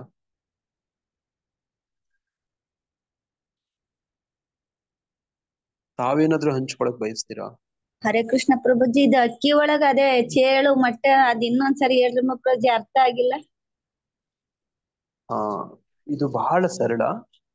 ಭಗವದ್ಗೀತೆ ಕೈಯಲ್ಲಿ ಇದೆಯಾ ಮಾತಾಜಿ ನಿಮ್ಗೆ? ಅದನ್ನ ನಿಧಾನಕ್ಕೆ ಓದಿದ್ರೆ ನಿಮ್ಗೆ ಅರ್ಥ ಆಗುತ್ತೆ ಮಾತಾಜಿ. ಚೇಳು ಅಕ್ಕಿಯ ರಾಶಿಗಳಲ್ಲಿ ತನ್ನ ಮೊಟ್ಟೆಯನ್ನ ಇಡುತ್ತದೆ. ಅರ್ಥ ಆಯ್ತಾ ಮಾತಾಜಿ ಸಾಲು? ಚೇಳು ಏನ್ ಮಾಡುತ್ತೆ? ಅಕ್ಕಿ ರಾಶಿಯಲ್ಲಿ ಏನ್ ಮಾಡುತ್ತೆ ಮಾತಾಜಿ? ನೀವೇ ಹೇಳಿ, ಸ್ಪಂದಿಸಿ, ಬೇಗ ಬೇಗ ಮಾತಾಡಿ. ಮೊಟ್ಟೆ ಇಡುತ್ತೆ. ಕೇಳಿಸ್ಕೊತಿದ್ದೀರಾ? ಹ್ಞೂ ಪ್ರಭುಜಿ, ಕೇಳಿಸ್ಕೊತಾ ಇದೀನಿ. ಈ ಸಾಲ ಅರ್ಥ ಆಯ್ತಾ? ಹಾ ಪ್ರಭುಜಿ. ಚೇಳು ಏನ್ ಮಾಡುತ್ತೆ? ಅಕ್ಕಿ ರಾಶಿ ಒಳಗಡೆ ಮೊಟ್ಟೆ ಇಡುತ್ತೆ. ಮೊಟ್ಟೆ ಇರ್ತೈತೆ. ಚೇಳು ಅಕ್ಕಿಯಿಂದ ಹುಟ್ಟುತ್ತದೆ ಎಂದು ಕೆಲವೊಮ್ಮೆ ಹೇಳೋದುಂಟು. ಇದರಿಂದ ಆದರೆ ಅಕ್ಕಿಯು ಚೇಳಿನ ಕಾರಣವಲ್ಲ. ಚೇಳು ಎಲ್ಲಿಂದ ಬಂತು? ಮೊಟ್ಟೆಯಿಂದ ಬಂತೋ ಅಕ್ಕಿಯಿಂದ ಬಂತೋ? ಮೊಟ್ಟೆಯಿಂದ ಪ್ರಭುಜಿ. ಮೊಟ್ಟೆ ಯಾರಿಟ್ರು? ಚೇಳು. ಈಗ ಅರ್ಥ ಜನಗಳು ತಪ್ಪಾಗಿ ಹೆಂಗ್ ಅರ್ಥ ಮಾಡ್ಕೊತಾರೆ ಅಂದ್ರೆ, ಆ ಅಕ್ಕಿ ಒಳಗಡೆಯಿಂದ ಹಂಗೆ ಚೇಳು ಹುಟ್ಬಿಡುತ್ತೆ ಅಂತ ಅಂದ್ಕೊಳ್ತಾರೆ. ಯಾಕೆ ಹೇಳಿ? ಆ ಮೊಟ್ಟೆ ಅವ್ರ ಕಣ್ಣಿಗೆ ಕಾಣೋದಿಲ್ಲ. ಅವರು ಮೊಟ್ಟೆನ ಇಟ್ಟು ಹೋಗಿರುತ್ತೆ ಚೇಳು. ಹೌದು ಪ್ರಭುಜಿ. ಆದ್ರೆ ಇಟ್ಟೋಗಿದ್ದು ಆ ಮೊಟ್ಟೆಯನ್ನ ಎಲ್ಲ ಕಣ್ಣಿಗೆ ಜನಗಳಿಗೆ ಕಾಣೋದಿಲ್ಲ. ಹುಚ್ಚು ಜನಗಳು ನೋಡಿ, ಮಂದ ಬುದ್ಧಿ ಜನಗಳು, ಅಜ್ಞಾನಿಗಳು ಏನ್ ಹೇಳ್ತಾರೆ, ಅಕ್ಕಿ ಇಟ್ಬಿಟ್ರೆ ಅದ್ರೊಳಗಡೆ ಚೇಳು ಉಟ್ಕೊಂಡ್ಬಿಡುತ್ತೆ ಅಂತ ಹೇಳ್ತಾರೆ. ಅರ್ಥ ಆಯ್ತಾ ನಾನು ಹೇಳೋದು? ಅದು ತಪ್ಪು ಅಂತ ಪ್ರಭುಪಾದರು ಇಲ್ಲಿ ಹೇಳ್ತಿದ್ದಾರೆ. ಆ ಮೊಟ್ಟೆ ಆ ಚೇಳು ಎಲ್ಲಿಂದಪ್ಪ ಬಂತು ಅಂದ್ರೆ ನೋಡಿ, ಅದ್ರ ಹೆಣ್ಣು ಚೇಳು ಗಂಡು ಚೇಳು ಅವು ಕೂಡಿದ್ವು ನೋಡ, ಅದರಿಂದ ಒಂದು ಮೊಟ್ಟೆ ಉತ್ಪನ್ನ ಆಯ್ತು. ಆ ಮೊಟ್ಟೆಯನ್ನ ಚೇಳು ತಂದು ಅಕ್ಕಿಯ ಒಳಗಡೆ ಇಟ್ಟಿತ್ತು. ಆ ಅಕ್ಕಿ ಒಳಗಡೆಯಿಂದ ಮೊಟ್ಟೆ ಮರಿಯಾಗಿ ಆಚೆ ಬಂತು ಅನ್ನೋದು ಇದು ವಾಸ್ತವ ತಿಳುವಳಿಕೆ. ಜನಗಳು ಏನಂತಾರೆ, ಅಕ್ಕಿಯಿಂದ ಚೇಳು ಬಂದ್ಬಿಡ್ತು ಅಂತ ಹೇಳ್ತಾರೆ. ಅದೇ ತರನೇ ನೀವು ನಿಮ್ ಮನೆಯಲ್ಲಿ ನೋಡಿ ಹುಲ್ಲು ಹರುಕು ಬಟ್ಟೆಗಳು ಇವೆಲ್ಲ ಬಿಸಾಕಿದ್ರೆ ಯಾವ್ದಾದ್ರು ಒಂದು ರೂಮ್ ಅಲ್ಲಿ ಅಲ್ಲಿ ಬಂದು ಇಲಿಗಳು ವಾಸ ಮಾಡ್ತಾವೆ ಗೊತ್ತಾ. ಹಾ ಪ್ರಭುಜಿ. ಹೇಳ್ತಾರೆ ಆ ತರ ನೀವೇನಾದ್ರೂ ವಸ್ತುಗಳು ಹಾಕಿದ್ರೆ ವಸ್ತು ಉತ್ಪನ್ನ ಮಾಡುತ್ತೆ ಇಲಿಗಳನ್ನ ಅಂತ ಹುಚ್ಚು ಜನ ಹೇಳ್ತಾರೆ. ಅದೇ ತರ ಈಗ ನಾನು ಇಷ್ಟೊತ್ತು ಚಿತ್ರದಲ್ಲಿ ತೋರಿಸಿದ್ನಲ್ಲ ಮಾಂಸ, ಆ ಮಾಂಸದಿಂದ ಹುಳಗಳು ಉತ್ಪನ್ನ ಆಗ್ತವೆ, ಆಟೋಮೆಟಿಕ್ ಆಗಿ ಉತ್ಪನ್ನ ಆಗ್ತವೆ ಅಂತ ಹೇಳ್ತಾರೆ. ಆದ್ರೆ ಅದೆಲ್ಲ ಹಂಗಲ್ಲ. ಒಂದು ಜೀವ ತಂದು ಅಲ್ಲಿ ಮೊಟ್ಟೆ ಇಟ್ಟಿರುತ್ತೆ, ಬಿತ್ತನೆ ಮಾಡಿರುತ್ತೆ, ಮೊಟ್ಟೆ ಇಟ್ಟಿರುತ್ತೆ, ಆ ಮೊಟ್ಟೆಯಿಂದ ಬರುತ್ತೆ ಅಂತ ಪ್ರಭುಪಾದರು ಹೇಳ್ತಿದ್ದಾರೆ. ಅದೇ ತರನೇ ಕೃಷ್ಣನು ಕೂಡ ನೋಡಿ, ಯಾವುದು ಭೌತಿಕ ವಸ್ತುಗಳಿಂದ ಹಂಗೆ ಉಟ್ಕೊಂಡ್ಬಿಡೋದಿಲ್ಲ. ಅದು ಅಲ್ಲಿ ಒಂದು ಜೀವ ತಂದು ಅದರ ಮೊಟ್ಟೆಯನ್ನಿಟ್ಟಿರುತ್ತೆ ಅಂತ ವಿಚಾರ. ಇದರಿಂದ ನಾವೇನ್ ಅರ್ಥ ಮಾಡ್ಕೋಬೇಕು, ಈ ಶ್ಲೋಕಕ್ಕೆ ಹೆಂಗ್ ಅರ್ಥ ಮಾಡ್ಕೋಬೇಕು ಅನ್ನೋದು ಪ್ರಭುಪಾದರು ನಮ್ಗೆ ಇಲ್ಲಿ ಹೇಳ್ಕೊಡ್ತಿದ್ರೆ. ನೋಡಿ, ಎಲ್ಲವುಗಳ ಹಿಂದೆ ಕೃಷ್ಣ ಇದ್ದಾನೆ ಅಂತ ಅರ್ಥ. ಈಗ ನಿಮ್ ಮನೆಗೆ ಒಂದು ಸ್ಕೂಟರ್ ತಗೊಂಡ್ಬರ್ತೀರಿ, ಆ ಸ್ಕೂಟರ್ ಮರಿ ಹಾಕತ್ತಾ ಮಾತಾಜಿ? ಇಲ್ಲ ಪ್ರಭುಜಿ. ನೋಡಿ, ಯಾರಾದ್ರೂ ಹೇಳಿದ್ರೆ ನಾನೊಂದು ಸ್ಕೂಟರ್ ತಂದಿದ್ದೆ, ಅದೊಂದು ಸಣ್ಣ ಮರಿ ಹಾಕಿದೆ ನೋಡಿ, ಆ ಮರಿ ದೊಡ್ಡದಾಗತ್ತೆ, ಇನ್ನೊಂದು ಸ್ಕೂಟರ್ ಆಗತ್ತೆ ಅಂತ ಹೇಳಿದ್ರೆ ನೀವು ಒಪ್ತೀರಾ? ಅಂತಾರೆ ಹಂಗೆ ನೋಡಿ, ನಾವು ಚಿಕ್ಕ ಮಕ್ಕಳಾಗ ಆಟ ಆಡ್ತಿದ್ವಲ್ಲ, ನವಿಲ್ ಗರಿಗಳು ಬುಕ್ಕಲ್ಲಿ ಇಟ್ಕೊಂಡು ಅದಕ್ಕೆ ಸಕ್ಕರೆ ಹಾಕಿ ನೋಡ ಅದು ಮರಿ ಹಾಕಿದೆ ಅಂತ ನೋಡಿ ಹಿಂಗೆಲ್ಲ ನಾವು ಆಟ ಆಡ್ತಿದ್ವಿ. ಅದು ಮುಗ್ಧತೆ, ಅಮಾಯಕತೆ ಅಲ್ವಾ? ನಿಮ್ಗೆಲ್ಲ ನೋಡ, ನವಿಲ್ ಗರಿ ಎಲ್ಲಾದ್ರೂ ಮರಿ ಹಾಕತ್ತಾ ಅಂತ. ಹಂಗೆ ಜನಗಳು ಅದೊಂದು ತತ್ವ ಇತ್ತು, ಥಿಯರಿ, ಅದೊಂದು ನಂಬಿಕೆ ಇತ್ತು. ಐಹಿಕ ಪ್ರಕೃತಿ ಸೃಷ್ಟಿಸುತ್ತದೆ ಅಂತ ಹೇಳೋದು. ನೋಡಿ, ಈ ಗಣಪತಿ ಜನನದ ಕಥೆನೂ ಕೂಡ ಅದೇ ತರನೇ ಬರುತ್ತೆ. ನೋಡಿ, ತಾಯಿ ಪಾರ್ವತಿ ದೇವಿ ನೋಡಿ, ಭಗವಾನ್ ಶಿವ ಪುರುಷ ನೋಡಿ, ಆತನ ಸಹಾಯ ಇಲ್ಲದೆ, ಆತನ ಅಂಶ ಇಲ್ಲದೆ, ಆತನ ಸ್ಪರ್ಶ ಇಲ್ಲದೆ ಒಬ್ಬೊಂದು ಜೀವಕ್ಕೆ ನೋಡಿ ಗಣಪತಿಗೆ ಜನನ ಕೊಡ್ತಾರೆ. ಇದು ಸೃಷ್ಟಿ ನಿಯಮಕ್ಕೆ ವಿರುದ್ಧ. ನೋಡಿ, ಆ ಸೃಷ್ಟಿಗೆ ನೋಡಿ ಆ ಪುರುಷನ ಸ್ಪರ್ಶ ಆಗಿರ್ಬೇಕು, ಭಗವಂತನ ಅಂಶ ಇರ್ಬೇಕಂತ ಸ್ಪರ್ಶ ಆಗಿರ್ಬೇಕು. ಪಾರ್ವತಿ ದೇವಿನೇ ಪ್ರಕೃತಿ ನೋಡ, ಹಂಗೆ ಪ್ರಕೃತಿಯಿಂದ ಹಂಗೆ ಉತ್ಪನ್ನ ಮಾಡ್ಕೊಂಡ್ರೆ ಅದು ಸರಿ ಬರೋದಿಲ್ಲ. ಅದಕ್ಕೆ ಅದೊಂದು ಕಾರಣಗಳು ಬೇರೆ ಬೇರೆ ಪುರಾಣಗಳು ಬೇರೆ ಬೇರೆ ತರ ಹೇಳ್ತಾರೆ. ಹಂಗೆ ನಾವು ಸರಳವಾಗಿ ಏನೋ ಅರ್ಥ ಮಾಡ್ಕೊಂಡ್ರೆ ನೋಡಿ ಅದು ವಿರುದ್ಧ ಆಗತ್ತೆ. ನೋಡಿ, ಆ ತಲೆ ಕಡಿಬೇಕಾಗತ್ತೆ, ಮತ್ತೆ ಭಗವಂತ ಶಿವನ ಅಲ್ಲಿ ಕೃಪೆ ಬೇಕಾಗತ್ತೆ. ಆ ಪ್ರಾಣಿಯನ್ನ, ಆನೆ ತಲೆಯನ್ನು ತಂದು ಜೋಡಿಸಿ ಮತ್ತೆ ಮರುಜೀವ ಕೊಡುವಂತರ ಪ್ರಯತ್ನ ಆಗುತ್ತೆ. ಈ ತರದ್ದು ಪ್ರಕೃತಿ ತನಗ್ ತಾನೇ ಜೀವಿಗಳನ್ನ ಉತ್ಪತ್ತಿ ಮಾಡಲ್ಲ. ಅದಕ್ಕೆ ಒಬ್ಬ ಪುರುಷ ವಿಷ್ಣು ಕೃಷ್ಣ, ಆತನ ಸಹಾಯ ಬೇಕಾಗತ್ತೆ, ಸ್ಪರ್ಶ ಬೇಕಾಗತ್ತೆ ಅಂತ ಹೇಳೋದಿಕ್ಕೆ ಇಷ್ಟೆಲ್ಲ ಹೇಳಿದ್ದು. ಮತ್ತೆ ಇದರಿಂದ ಹೇಳಿ ಕೇಳಿ ಈಗೇನಾಗ್ಬೇಕು, ಕೃಷ್ಣನ ಬಗ್ಗೆ, ಇದು ಕೃಷ್ಣನ ಗುಣಗಾನ, ಇದು ಕೃಷ್ಣನ ವಾಸ್ತವ, ಆತನ ಲೀಲೆಗಳ ಬಗ್ಗೆ ವಿಚಾರ ನಾವು ಇಷ್ಟೊತ್ತು ಚರ್ಚೆ ಮಾಡಿ ಏನೂ ಅಲ್ಲ. ನೋಡಿ, ಆ ಕೃಷ್ಣನ ಸಹಾಯ ಇಲ್ಲದೆ, ಆ ಪುರುಷನ ಸಹಾಯ ಇಲ್ಲದೆ ಪ್ರಕೃತಿ ಏನಕ್ಕೂ ಜನ್ಮ ಕೊಡಲ್ಲ, ಏನು ನಡೆಯಲ್ಲ ಅಂತ ಅರ್ಥ. ನಿಮ್ಗೆ ಯಾರಿಗೂ ಏನು ಅರ್ಥ ಆಗಿಲ್ಲ, ಏನೇನೋ ಒದರದು ಇಷ್ಟೊತ್ತು 1.5 ಗಂಟೆಯಿಂದ ಅಂದ್ರೆ ಇಷ್ಟೇ ಅರ್ಥ ಮಾಡ್ಕೊಳ್ಳಿ. ಕೃಷ್ಣನ ಸಹಾಯ, ಕೃಷ್ಣನ ಸ್ಪರ್ಶ, ಪುರುಷನ ಸ್ಪರ್ಶ ಬೇಕು ಅಂತ ಅಷ್ಟೆ. ಹಂಗೆ ಇಲ್ಲಿ ಜೀವಿಗಳನ್ನೆಲ್ಲ ಕೃಷ್ಣ ನೋಡಿ, ಇದನ್ನು ಐಹಿಕ ಪ್ರಕೃತಿ ಸೃಷ್ಟಿಸುತ್ತದೆ. ಹಿಂಗೆ ಕೃಷ್ಣನ ಸ್ಪರ್ಶದಿಂದ ಅದನ್ನೇ ನಾನು ಇಷ್ಟೊತ್ತು ಚಿತ್ರದಲ್ಲಿ ಗೋಲೋಕ ವೃಂದಾವನ ಚಾರ್ಟ್ ಅಲ್ಲಿ ತೋರಿಸಿದ್ದು. ಇದರಿಂದ ಜೀವಿಯು ತನ್ನ ಹಿಂದಿನ ಕರ್ಮಗಳಿಗೆ ಅನುಗುಣವಾಗಿ ಸುಖವನ್ನು ದುಃಖವನ್ನು ಅನುಭವಿಸುವುದು ಸಾಧ್ಯವಾಗುತ್ತದೆ. ಈ ಐಹಿಕ ಜಗತ್ತಿನಲ್ಲಿ ಜೀವಿಗಳ ಎಲ್ಲ ಅಭಿವ್ಯಕ್ತಿಗಳಿಗೆ ಪ್ರಭುವೇ ಕಾರಣ. ನೋಡಿ, ಇದು ಗುಣಗಾನ, ಕೃಷ್ಣನ ಗುಣಗಾನ. ಎಲ್ಲ ಅಭಿವ್ಯಕ್ತಿಗಳು ಜೀವಿಗಳೆಲ್ಲ ಪಡ್ಕೊಂಡಿದ್ದಾವಲ್ವಾ, ಸುತ್ತಮುತ್ತ, ಹಿಂದೆ ಮುಂದೆ, ಅಕ್ಕಪಕ್ಕ ಏನೆಲ್ಲ ಜೀವಿಗಳಿದಾವೋ ಅದಕ್ಕೆಲ್ಲ ಪ್ರಭುವೇ ಕಾರಣ. ನೋಡಿ, ಆ ಪ್ರಕೃತಿ ನೋಡಿ, ಈ ಮಾತೆ ಸ್ತ್ರೀ ರೂಪ. ನೋಡಿ ಈತ ಕೃಷ್ಣ ಪುರುಷ. ನೋಡಿ ಇವರಿಬ್ಬರ ಸ್ಪರ್ಶ. ನೋಡಿ ಅದರಲ್ಲಿ ಹುಟ್ಟಿದಂತ ಜೀವಿಗಳು ಇವೆಲ್ಲ ಜೀವಿಗಳು. ಇಷ್ಟೇ ಕೊನೆಯ ಅರ್ಥ. ಯಾರಿಗಾದ್ರೂ ಏನಾದ್ರೂ ಕನ್ಫ್ಯೂಷನ್ ಇದೆಯಾ? ಇದರಲ್ಲಿ ಪ್ರಶ್ನೆ ಇದೆಯಾ? ಯಾರಾದ್ರೂ ಏನಾದ್ರೂ ಹೇಳೋದಿದ್ರೆ ಹೇಳ್ಬೋದು, ಕೇಳೋದಿದ್ರೆ ಕೇಳ್ಬೋದು. ಹರೇ ಕೃಷ್ಣ.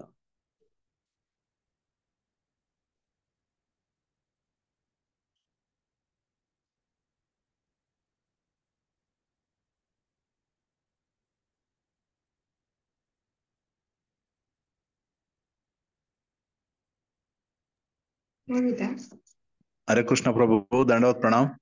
ಹರೇ ಕೃಷ್ಣ. ದಂಡೋತ್ ಪ್ರಣಾಮ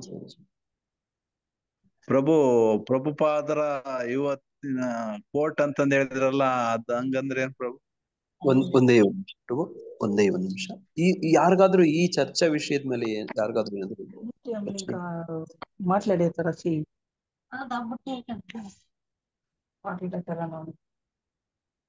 ಯಾರಿಗೂ ಏನು ಪ್ರಶ್ನೆ ಇಲ್ಲ ಅಂತ ಅನ್ಕೊಳ್ತೇನೆ. ಕನ್ಫ್ಯೂಷನ್ ಆಯ್ತಾ? ಯಾರಾದ್ರೂ ಒಟ್ಟು ಸಾರಾಂಶ ಹೇಳಿ.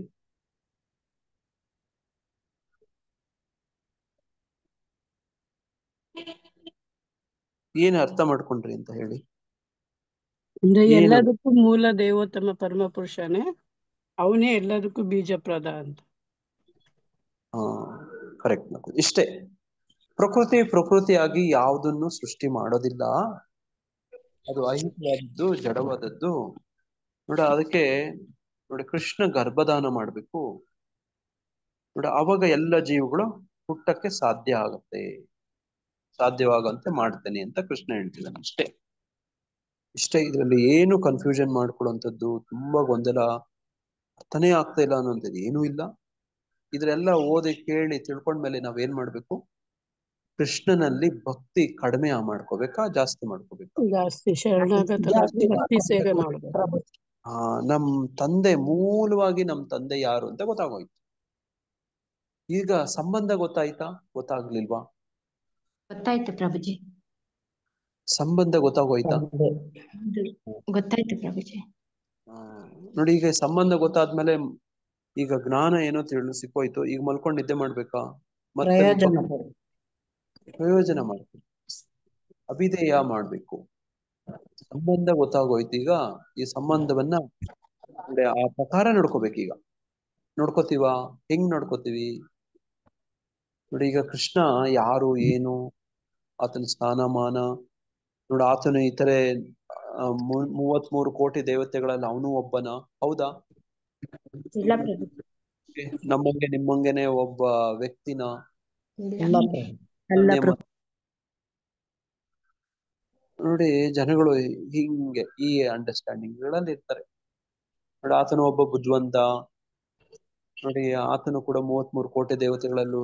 ಇಸ್ಕಾನ್ ಅವರು ಕೃಷ್ಣನ್ನೇ ಯಾಕೆ ಪೂಜೆ ಮಾಡ್ತಾರೆ ನೋಡಿ? ಇವ್ರಿಗೇನ್ ಮಾಡಕ್ ಬೇರೆ ಕೆಲ್ಸ ಇಲ್ವಾ? ಕೃಷ್ಣನನ್ನೇ ಅಡ್ವರ್ಟೈಸ್ ಮಾಡ್ತಾರಲ್ಲ. ಬೇರೆ ಬೇರೆ ದೇವತೆಗಳನ್ನು ಕೂಡ ಮಾಡ್ಬೇಕಲ್ವಾ? ಇವರು ಯಾಕೆ ಮಾಡಲ್ಲ? ಇವ್ರು ಹಿಂದೂಗಳು ಕೃಷ್ಣನೇ ಕೃಷ್ಣನೇ ಕೃಷ್ಣನೇ ಅಂತಾರಲ್ಲ ನೋಡಿ. ಹಿಂಗೆಲ್ಲ ಬರುತ್ತೆ ವಿಷಯ ನೋಡಿ. ಹಿಂಗೆ ಶ್ಲೋಕವನ್ನ ಓದಿದ್ಮೇಲೆ ನೋಡಿ ಕೃಷ್ಣನ ಸಂಬಂಧ ಗೊತ್ತಾಗೋಯ್ತು. ಈಗ ಸಂಬಂಧವನ್ನ ನೋಡಿ ಗಟ್ಟಿ ಮಾಡ್ಕೋಬೇಕು, ಆ ತರ ನಡ್ಕೋಬೇಕು ನೋಡಿ. ಹಂಗೆ ನೋಡಿ ಭಗವದ್ಗೀತೆಯಲ್ಲಿ ಹಲವಾರು ಶ್ಲೋಕಗಳಲ್ಲಿ ಹೇಳ್ತಾನೆ ನೋಡಿ. ಅಹಂ ಬೀಜ ಪ್ರದಪಿತಃ. ಈಗ ಮುಂದಿನ ಶ್ಲೋಕದಲ್ಲಿ ಬರುತ್ತೆ, ಪಿತಾಹಂ ಅಸ್ಯ ಜಗತೋ ಮಾತಾ ದಾತಾ ಪಿತಾಮಹಾನ್ ಅಂತ ಬರುತ್ತೆ. ಪಿತಾಹಂ ಅಸ್ಯ ಜಗತೋ ನೋಡಿ. ಒಂದು ಶ್ಲೋಕ ಅಲ್ಲ, ಹಲವಾರು ಶ್ಲೋಕಗಳಲ್ಲಿ ನಾನು ತಂದೆ ಅಂತ ಹೇಳೋ ಶ್ಲೋಕಗಳು ಬರ್ತವೆ. ಪಿತಾಹಂ ಅಸ್ಯ ಜಗತೋ ಅಷ್ಟೇ ಅಲ್ಲ, ಮಾತಾ ಅಂತ ಕೂಡ ಹೇಳ್ತಾನೆ, ದಾತ ಅಂತ ಕೂಡ ಹೇಳ್ತಾನೆ, ಪಿತಾಮಹ ಅಂತ, ತಾತ ಅಂತ ಕೂಡ ಹೇಳ್ತಾನೆ ನೋಡಿ. ಹಂಗೆ ಕೃಷ್ಣ ನೋಡಿ ಇದು ಸಂಬಂಧ ನೋಡಿ. ಅದೇ ಇನ್ನೊಂದು ಶ್ಲೋಕಗಳಲ್ಲೂ ಕೂಡ ಹೇಳ್ತಾನೆ. ಏನಂತೇಳಿ ನೋಡಿ, ಭೋಕ್ತಾರಂ ಯಜ್ಞ ತಪಸಾಂ ಸರ್ವಲೋಕ ಮಹೇಶ್ವರ ಸುಹೃದಂ ಸರ್ವಭೂತಾನಾಂ ನಾತ್ವಾ ಮಾಂ ಶಾಂತಿ ಮೃಚ್ಛತಿ. ನೋಡಿ ಈ ತರ ಕೃಷ್ಣನ್ಗೂ ನಮಗಿರೋ ಎಲ್ಲ ನಾವ್ ಏನ್ ಮಾಡ್ತಿದೀವಿ ನೋಡಿ, ಇವುಗಳೆಲ್ಲ ಭೋಕ್ತಾ ಯಾರು? ಎಂಜಾಯರ್. ನೋಡಿ ಹಿಂಗೆ ನೋಡಿ ಇಂಪ್ರಗ್ನೇಟ್ ಮಾಡ್ತಾನೆ ನೋಡಿ ಈ ಪ್ರಕೃತಿ ಒಳಗಡೆ ಜೀವಿಗಳನ್ನ. ನೋಡಿ ಇದು ಕೃಷ್ಣನ್ಗೆ ಇದು ಎಂಜಾಯ್ಮೆಂಟ್, ಭೋಕ್ತಾ. ಏನನ್ನ ಭೋಗಿಸ್ತಿದ್ದಾನೆ? ಈ ಐಹಿಕ ಪ್ರಕೃತಿಯನ್ನ ಕೃಷ್ಣ ಭೋಗಿಸ್ತಿದ್ದಾನೆ. ನೋಡಿ ಆತ ಪುರುಷ, ಭೋಗಿಸುವವನು, ಪ್ರಕೃತಿಯನ್ನ ಭೋಗಿಸ್ತಾನೆ. ನೋಡಿ ಎಂಜಾಯ್ ಮಾಡ್ತಾನೆ. ನೋಡಿ ಇಂಪ್ರೆಗ್ನೇಟ್ ಮಾಡ್ತಾನೆ, ಜೀವಿಯನ್ನ ಹಾಕ್ತಾನೆ. ನೋಡಿ ಹಂಗೆ ಭೋಕ್ತಾರ ಅಂದ್ರೆ ಹಂಗೆ ಎಲ್ಲವನ್ನ ಎಂಜಾಯ್ ಮಾಡೋದು ಕೃಷ್ಣನೇ. ಈಗ ನಾವು ನಮ್ ಮನೆಗಳನ್ನ ನೋಡಿ ಒಂದು ಮಗು ತಮ್ಮ ತಾಯಿಯ ಮಲೆ ಹಾಲು ಕುಡಿತಾ ಅದು ಎಂಜಾಯ್ ಮಾಡುತ್ತೆ, ನೀವು ನೋಡಿರ್ತೀರಿ. ನೋಡಿ ಹಂಗೆ ಒಂದೊಂದೊಂದೇ ನೀವು ಹಂಗೆ ಸಂಬಂಧಗಳಲ್ಲಿ ಎಂಜಾಯ್ಮೆಂಟ್ ಕಲ್ಪನೆ ಮಾಡ್ಕೊಳ್ಳಿ. ಈ ಪ್ರಕೃತಿಯನ್ನ ಪುರುಷ ಕೃಷ್ಣ ಎಂಜಾಯ್ ಮಾಡ್ತಾನೆ. ಆ ಎಂಜಾಯ್ಮೆಂಟ್ ಅಲ್ಲಿ ನೋಡಿ ಇವೆಲ್ಲ ಅಂಶಗಳು ಬರ್ತವೆ. ಆತನ ಪಿತ ಆಗ್ತಾನೆ, ಅಲ್ಲಿ ಪ್ರಕೃತಿ ತಾಯಿ ಆಗ್ತಾಳೆ. ನೋಡಿ ನಾವೆಲ್ಲ ಅವ್ರ ಮಕ್ಕಳಾಗ್ತೀವಿ, ಎಲ್ಲ ಜೀವಿಗಳು. ನೋಡಿ ಮಾಮೈವಾಂಶ ಜೀವಲೋಕೆ ಜೀವಭೂತ ಸನಾತನ. ಸನಾತನವಾಗಿ ನಾವೆಲ್ಲರೂ ಕೃಷ್ಣನ ಅಂಶಗಳು. ಹಿಂಗೆ ನೋಡಿ ಒಬ್ಬ ತಂದೆಗೆ ತನ್ನ ಮಕ್ಕಳಿರ್ತಾರೆ ನೋಡಿ, ಮಗ, ಮಕ್ಕಳು, ಮಗಳು, ಇವರೆಲ್ಲ ತಂದೆ ಅಂಶ. ನೋಡಿ ಒಂದು ಕುಟುಂಬದಲ್ಲಿ ಒಬ್ಬ ಪುರುಷ ಇರ್ತಾನೆ. ಆ ಪುರುಷ ನೋಡಿ ಆ ಗಂಡು ನೋಡಿ ಆ ಮಕ್ಕಳಿಗೆ ಜನ್ಮ ಕೊಟ್ಟಿರ್ತಾನೆ. ಆ ಮಕ್ಕಳು ಯಾರು ಅಂದ್ರೆ ಆತನ ಅಂಶ ಅಂತ ಆತ ನೋಡಿ ಆ ಸಂಸಾರ ನಡೀತಾ ಇರುತ್ತೆ. ನನ್ ಮಕ್ಕಳು ಇವು, ನನ್ ಮಗ, ನನ್ ಮಗಳು, ದೊಡ್ಡ ಮಗ, ದೊಡ್ಡ ಮಗಳು, ಚಿಕ್ಕ ಮಗ, ಚಿಕ್ಕ ಮಗಳು, ಇವರೆಲ್ಲ ನನ್ ಮಕ್ಕಳು ಅಂತ ನಡೀತಲ್ಲ. ಆ ಕೃಷ್ಣ ನೋಡಿ ಹಂಗೆ ಮಾಮೈವಾಂಶ ಜೀವಲೋಕೆ ಜೀವಭೂತ ಸನಾತನ. ನೋಡಿ ಅದನ್ನೇ ಪ್ರಭುಜಿಯವರು ಹೇಳಿದ್ದು, ಮೊನ್ನೆ ಮಹಾರಾಜ್ ಹೇಳಿದ್ದು, ಭಕ್ತಿ ಪದ್ಮ ಸೌರಭ ಸ್ವಾಮಿ ಮಹಾರಾಜ್ ಏನಂತ, ಎಲ್ಲ ವೇದ ಸಾಹಿತ್ಯಗಳ ಸಾಲು ಸಾಲು ಸಾಲು ಸಾಲು ಪದ ಪದಗಳಲ್ಲಿ ಮೂರು ಅಂಶವನ್ನ ಕಂಡ್ಕೋಬೇಕು: ಸಂಬಂಧ, ಅವಿಧೇಯ, ಪ್ರಯೋಜನ. ನೋಡಿ ಹಂಗೆ. ಹರಿ ಕೃಷ್ಣ. ಯಾರಿಗೂ ಪ್ರಶ್ನೆ ಇಲ್ಲ ಅನ್ಸುತ್ತೆ. ಹರೇ ಕೃಷ್ಣ ಪ್ರಭುಜಿ. ಹರಿ ಕೃಷ್ಣ. ಇವತ್ತಿನ ಕ್ಲಾಸು ಮತ್ತೆ ಮೊನ್ನೆ ನಿರ್ಮಲಾ ಮಾತಾಜಿ ಅವ್ರು ಕೊಟ್ಟಿದ್ದ ಕ್ಲಾಸು ವಿರಾಟ ರೂಪದ ಸ್ವರೂಪನ ಇವತ್ತಿನ ಕ್ಲಾಸಿಗೂ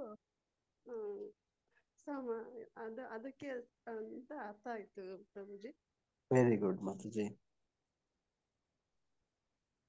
ಹರೇ ಕೃಷ್ಣ. ಹರೇ ಕೃಷ್ಣ ಪ್ರಭುಜಿ. ಧನ್ಯವಾದ. ಚಿತ್ತಯ್ಯ ಪ್ರಭು. ಹರೇ ಕೃಷ್ಣ ಪ್ರಭುಜಿ. ಕೃಷ್ಣ. ಹರೇ ಕೃಷ್ಣ ಪ್ರಭು. ಅನಸೂಯ ಮಾತಾಜಿ ಒಂದೇ ಒಂದು ಹೇಳಿ ಮಾತಾಜಿ, ಒಂದೇ ಒಂದು ನಿಮಿಷ ಹೇಳಿ ಮಾತಾಜಿ. ಅನಸೂಯ ಮಾತಾಜಿ ಹೇಳಿ. ಅದೇ ಪ್ರಭುಜಿ, ಇಲ್ಲಿ ಸುತ್ತ ಈ ಭೂಮಿಗಳಲ್ಲಿ ಎಲ್ಲಾ ಬೀಜಗಳು ಒಣ ಅದ್ರಾಗ ಇಟ್ಟುಬಿಟ್ಟಿದೀವಿ ಪ್ರಭುಜಿ ಭೂಮಿಯಲ್ಲಿ. ಈಗ ಅವತ್ತೇ 2 ದಿನದಿಂದ ಮಳೆ ಬಂತು ಪ್ರಭುಜಿ. ಈಗ ನಮ್ಗೆಲ್ಲಾ ಕೃಷ್ಣಂದೇ ಆಶೀರ್ವಾದ, ಎಲ್ಲ ಅದು ದೇವರೇ ಮಾಡಿದೆ, ನಮ್ಗೆ ಕೃಷ್ಣನೇ ಮಾಡಿದೆ ಅಂತ ಹೇಳಿ ಎಲ್ಲಾ ಖುಷಿ ಆಯ್ತು ಪ್ರಭುಜಿ. ಒಣ ಭೂಮಿಯಾಗ ಇಟ್ಟಿದ್ವು ಪ್ರಭುಜಿ, ಇದು ಬೀಜ, ಹತ್ತಿ ಬೀಜ ಎಲ್ಲಾ ಮಳೆ ಬಂತು ಪ್ರಭುಜಿ. ನಮ್ ಕೃಷ್ಣಂದು ಎಲ್ಲಾ ದೇವರು ಅದೇ ಅಂತ ನಾವು ನಂಬ್ಕೊಂಡು ಇದು ಮಾಡ್ತೀವಿ. ಹರಿ ನೋಡಿ ಅನಸೂಯ ಮಾತಾಜಿ ಅವರು ರೈತರು, ಹತ್ತಿ ಬೀಜ ಬಿತ್ತನೆ ಮಾಡಿದ್ದಾರೆ ನೋಡಿ. ಆ ಬೀಜವನ್ನ ಇವರು ಉತ್ಪಾದನೆ ಮಾಡೋದಿಲ್ಲ. ಹಿಂದಿನ ನೋಡಿ ಸಸಿಗಳಿಂದ ಇವರು ಬಿತ್ತನೆ ಬೀಜವನ್ನ ನೋಡಿ ಪಡ್ಕೊಂಡಿರ್ತಾರೆ. ಅದು ಅದ್ರ ಹಿಂದಿನ ಬೀಜಗಳಿಂದ ನೋಡ್ರಿ ಹಿಂಗೆ ಕೃಷ್ಣನಿಂದ ಬಂದಿದೆ.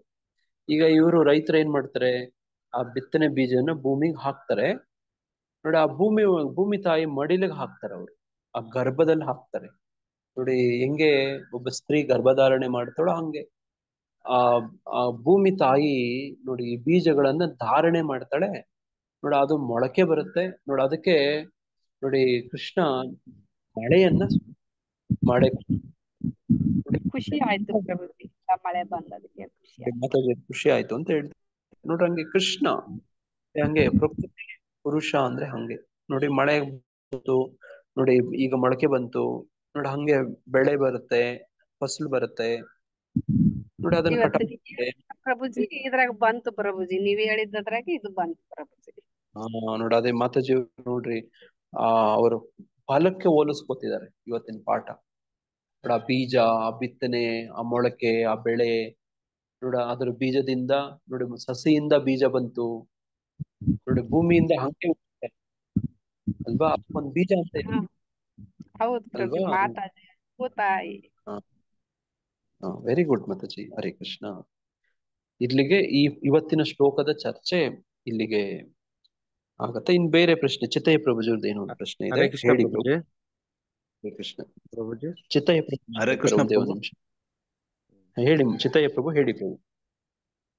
ಪ್ರಭು ಆಗ್ಲೇನೆ ಅದೇ ಪ್ರಭುಪಾದ್ರವರ ಇವತ್ತಿನ ಕೋರ್ಟ್ ಏನಿದೆ ಮಾತಾಜಿ ಅಂದಿದ್ಕೆ ಅವ್ರ ಮಾತಾಜಿಯರು ಹೇಳಿದ್ರು. ಹಂಗಂದ್ರೆ ಏನು ಗೊತ್ತಾಗ್ಲಿಲ್ಲ ಪ್ರಭು. ಇನ್ನೊಂದ್ಸತಿ ಓದಿ ಮಾತಾಜಿ, ನಿಧಾನಕ್ಕೆ ಓದಿ, ತುಂಬಾ ಸರಳವಾಗಿದೆ. ಜಯಮತಿ ಮಾತಾಜಿ. ಏನ್ ಪ್ರಭು?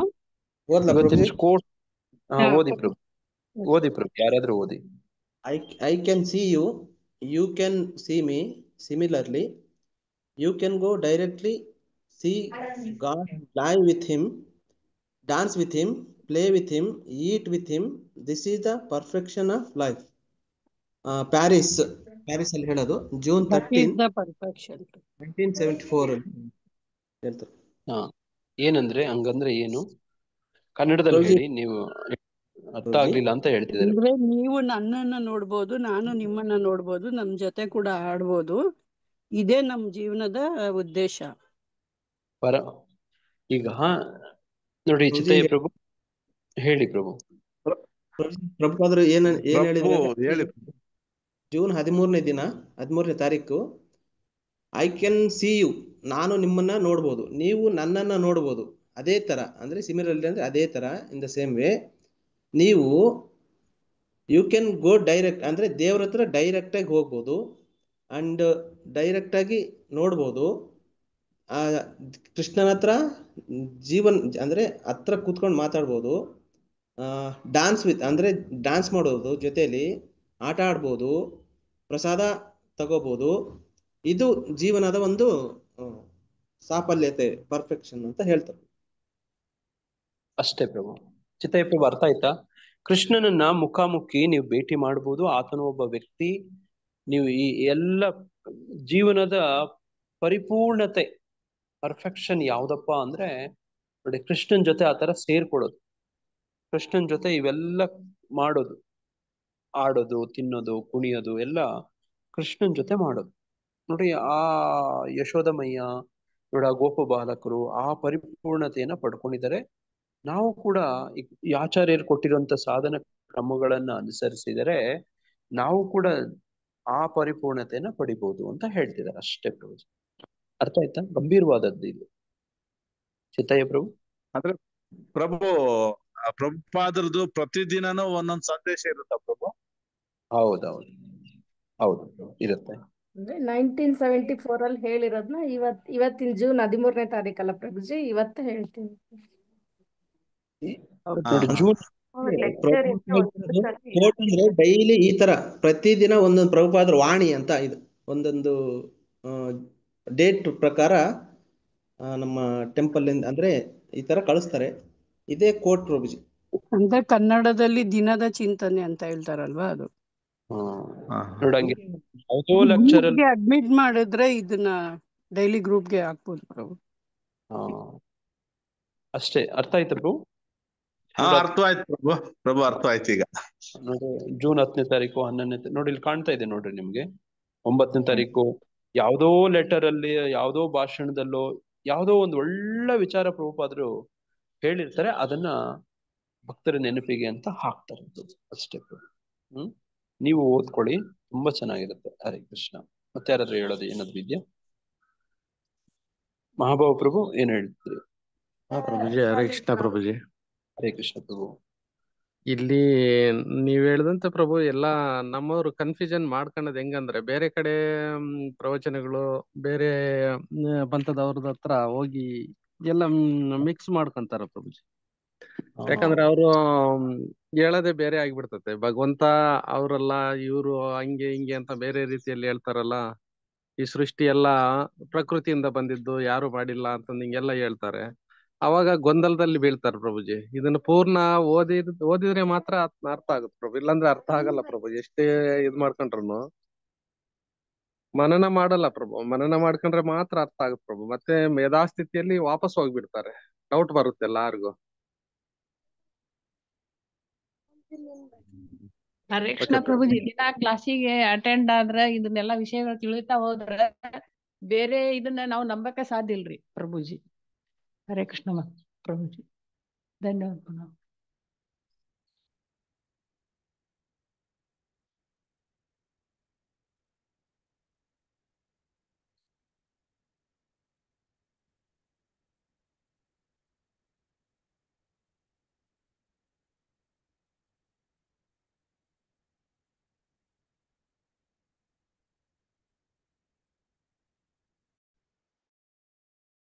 ಇದು ಪ್ರಭುಪಾದ್ರು ಬರ್ದಿರೋ ಭಗವದ್ಗೀತೆಗೆ ಇರೋದು ಶಕ್ತಿ ಮಾತಾಜಿ. ಬೇರೆ ಭಗವದ್ಗೀತೆಯಲ್ಲೆಲ್ಲ ಇಷ್ಟೊಂದು ವರ್ಣಗಳೆಲ್ಲ ಏನು ಅರ್ಥನೂ ಆಗಲ್ಲ ನಮ್ಗೆ.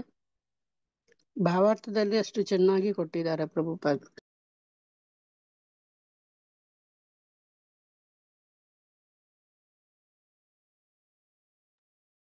ಹೌದು ಮಾತಾಜಿ. ಹಾಗಾಗಿ ನಾವು ಒರಿಜಿನಲ್ ಭಗವದ್ಗೀತೆ ಪ್ರಭುಪಾದ್ಜಿ ಬರ್ದಿರೋದ್ ಮಾತ್ರ ಓದಿ ಅರ್ಥ ಮಾಡ್ಕೋಬೇಕೆ ಹೊರ್ತು ಬೇರೆ ಅವ್ರು ಇವ್ರು ಬರ್ದಿದ್ದಾರೆ ಅಂತೇಳಿ ಹೋಗ್ಬಾರ್ದು. ಆದ್ರಿಂದಾನೇ ಇವಾಗ ನಂಬರ್ 1 ಪ್ಲೇಸ್ ಅಲ್ಲಿ ಇಸ್ಕಾನ್ ಅವ್ರ ಪ್ರಭುಪಾದ್ರು ಯಥಾರೂಪನೇ ಜಾಸ್ತಿ ಸೇಲ್ ಆಗ್ತಾ ಇರೋದು.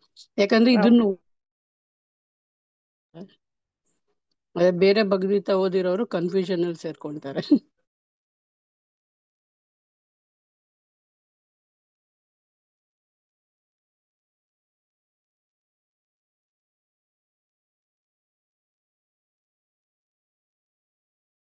ಅದರ ಅರ್ಥ ಆಗಲ್ಲ ಅದು. ಹರೇ ಕೃಷ್ಣ ಪ್ರಭುಜಿ, ಅವ್ರು ಹೇಳ್ತಿರೋದು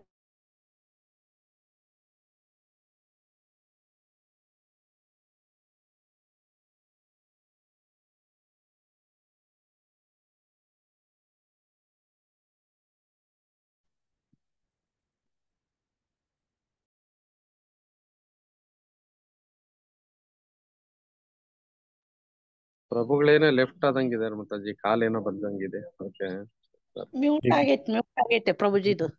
ಮ್ಯೂಟ್ ಆಗಿತ್ತು. ಹರೇ ಕೃಷ್ಣ. ನೋಡಿ, ಓಕೆ, ಇವತ್ತು ಸಮಯ ಆಯ್ತು, ನಾಳೆ ಹೇಳ್ತೇನೆ. ಹರೇ ಕೃಷ್ಣ. ಈ ದಿನದ ಗೀತಾರ್ಥ ಸ್ವಾರಸ್ಯ ಯಾರಾದ್ರೂ ವಿಶೇಷ ದಿನಗಳಿದಾವ ಮಾತಾಜಿ? ಏನೂ ಇಲ್ಲ. ಹರೇ ಕೃಷ್ಣ. ವಾಂಛಾ ಕಲ್ಪತರುಭ್ಯಶ್ಚ ಕೃಪಾ ಸಿಂಧುಭ್ಯೇವ ಚ ಪತಿತಾನಾಂ ಪಾವನೇಭ್ಯೋ ವೈಷ್ಣವೇಭ್ಯೋ ನಮೋ ನಮಃ. ಅನಂತ ಕೋಟಿ ವೈಷ್ಣವವೃಂದ ಕಿ ಜೈ. ಶ್ರೀಲ ಪ್ರಭುಪಾದ ಕಿ ಜೈ. ಸಮವೇತ ಭಕ್ತವೃಂದ ಕಿ ಜೈ. ಹರೇ ಕೃಷ್ಣ ಮಹಾಮಂತ್ರ ಕಿ ಜೈ. ಹರೇ ಕೃಷ್ಣ ಕೃಷ್ಣ ಕೃಷ್ಣ ಹರೇ ಹರೇ, ಹರೇ ರಾಮ ರಾಮ ರಾಮ ಹರೇ ಹರೇ. ಹರೇ ಕೃಷ್ಣ. ಈ ದಿನದ ಗೀತಾರ್ಥ ಸಾರಸ್ಯ ಕಾರ್ಯಕ್ರಮದಲ್ಲಿ ಭಾಗವಹಿಸಿದಂತ ತಮ್ಮೆಲ್ಲರಿಗೂ ತುಂಬಾ ಧನ್ಯವಾದಗಳು. ದಿನ ತಮ್ಮೆಲ್ಲರಿಗೂ ಕೃಷ್ಣ ಪ್ರಜ್ಞಾ ಪೂರ್ವಕವಾಗಿ ಅತ್ಯಂತ ಶುಭವಾಗಿ ಸುರಕ್ಷಿತವಾಗಿರ್ಲಿ ಅಂತ ಪ್ರಾರ್ಥಿಸ್ತಾ ಹರಿಸ್ತೇವೆ. ಎಲ್ಲರಿಗೂ ತುಂಬ ಪ್ರಣಾಮಗಳು, ಧನ್ಯವಾದಗಳು. ಹರೇ ಕೃಷ್ಣ ಪ್ರಭುಜಿ, ದಂಡವತ್ ಪ್ರಣಾಮ್.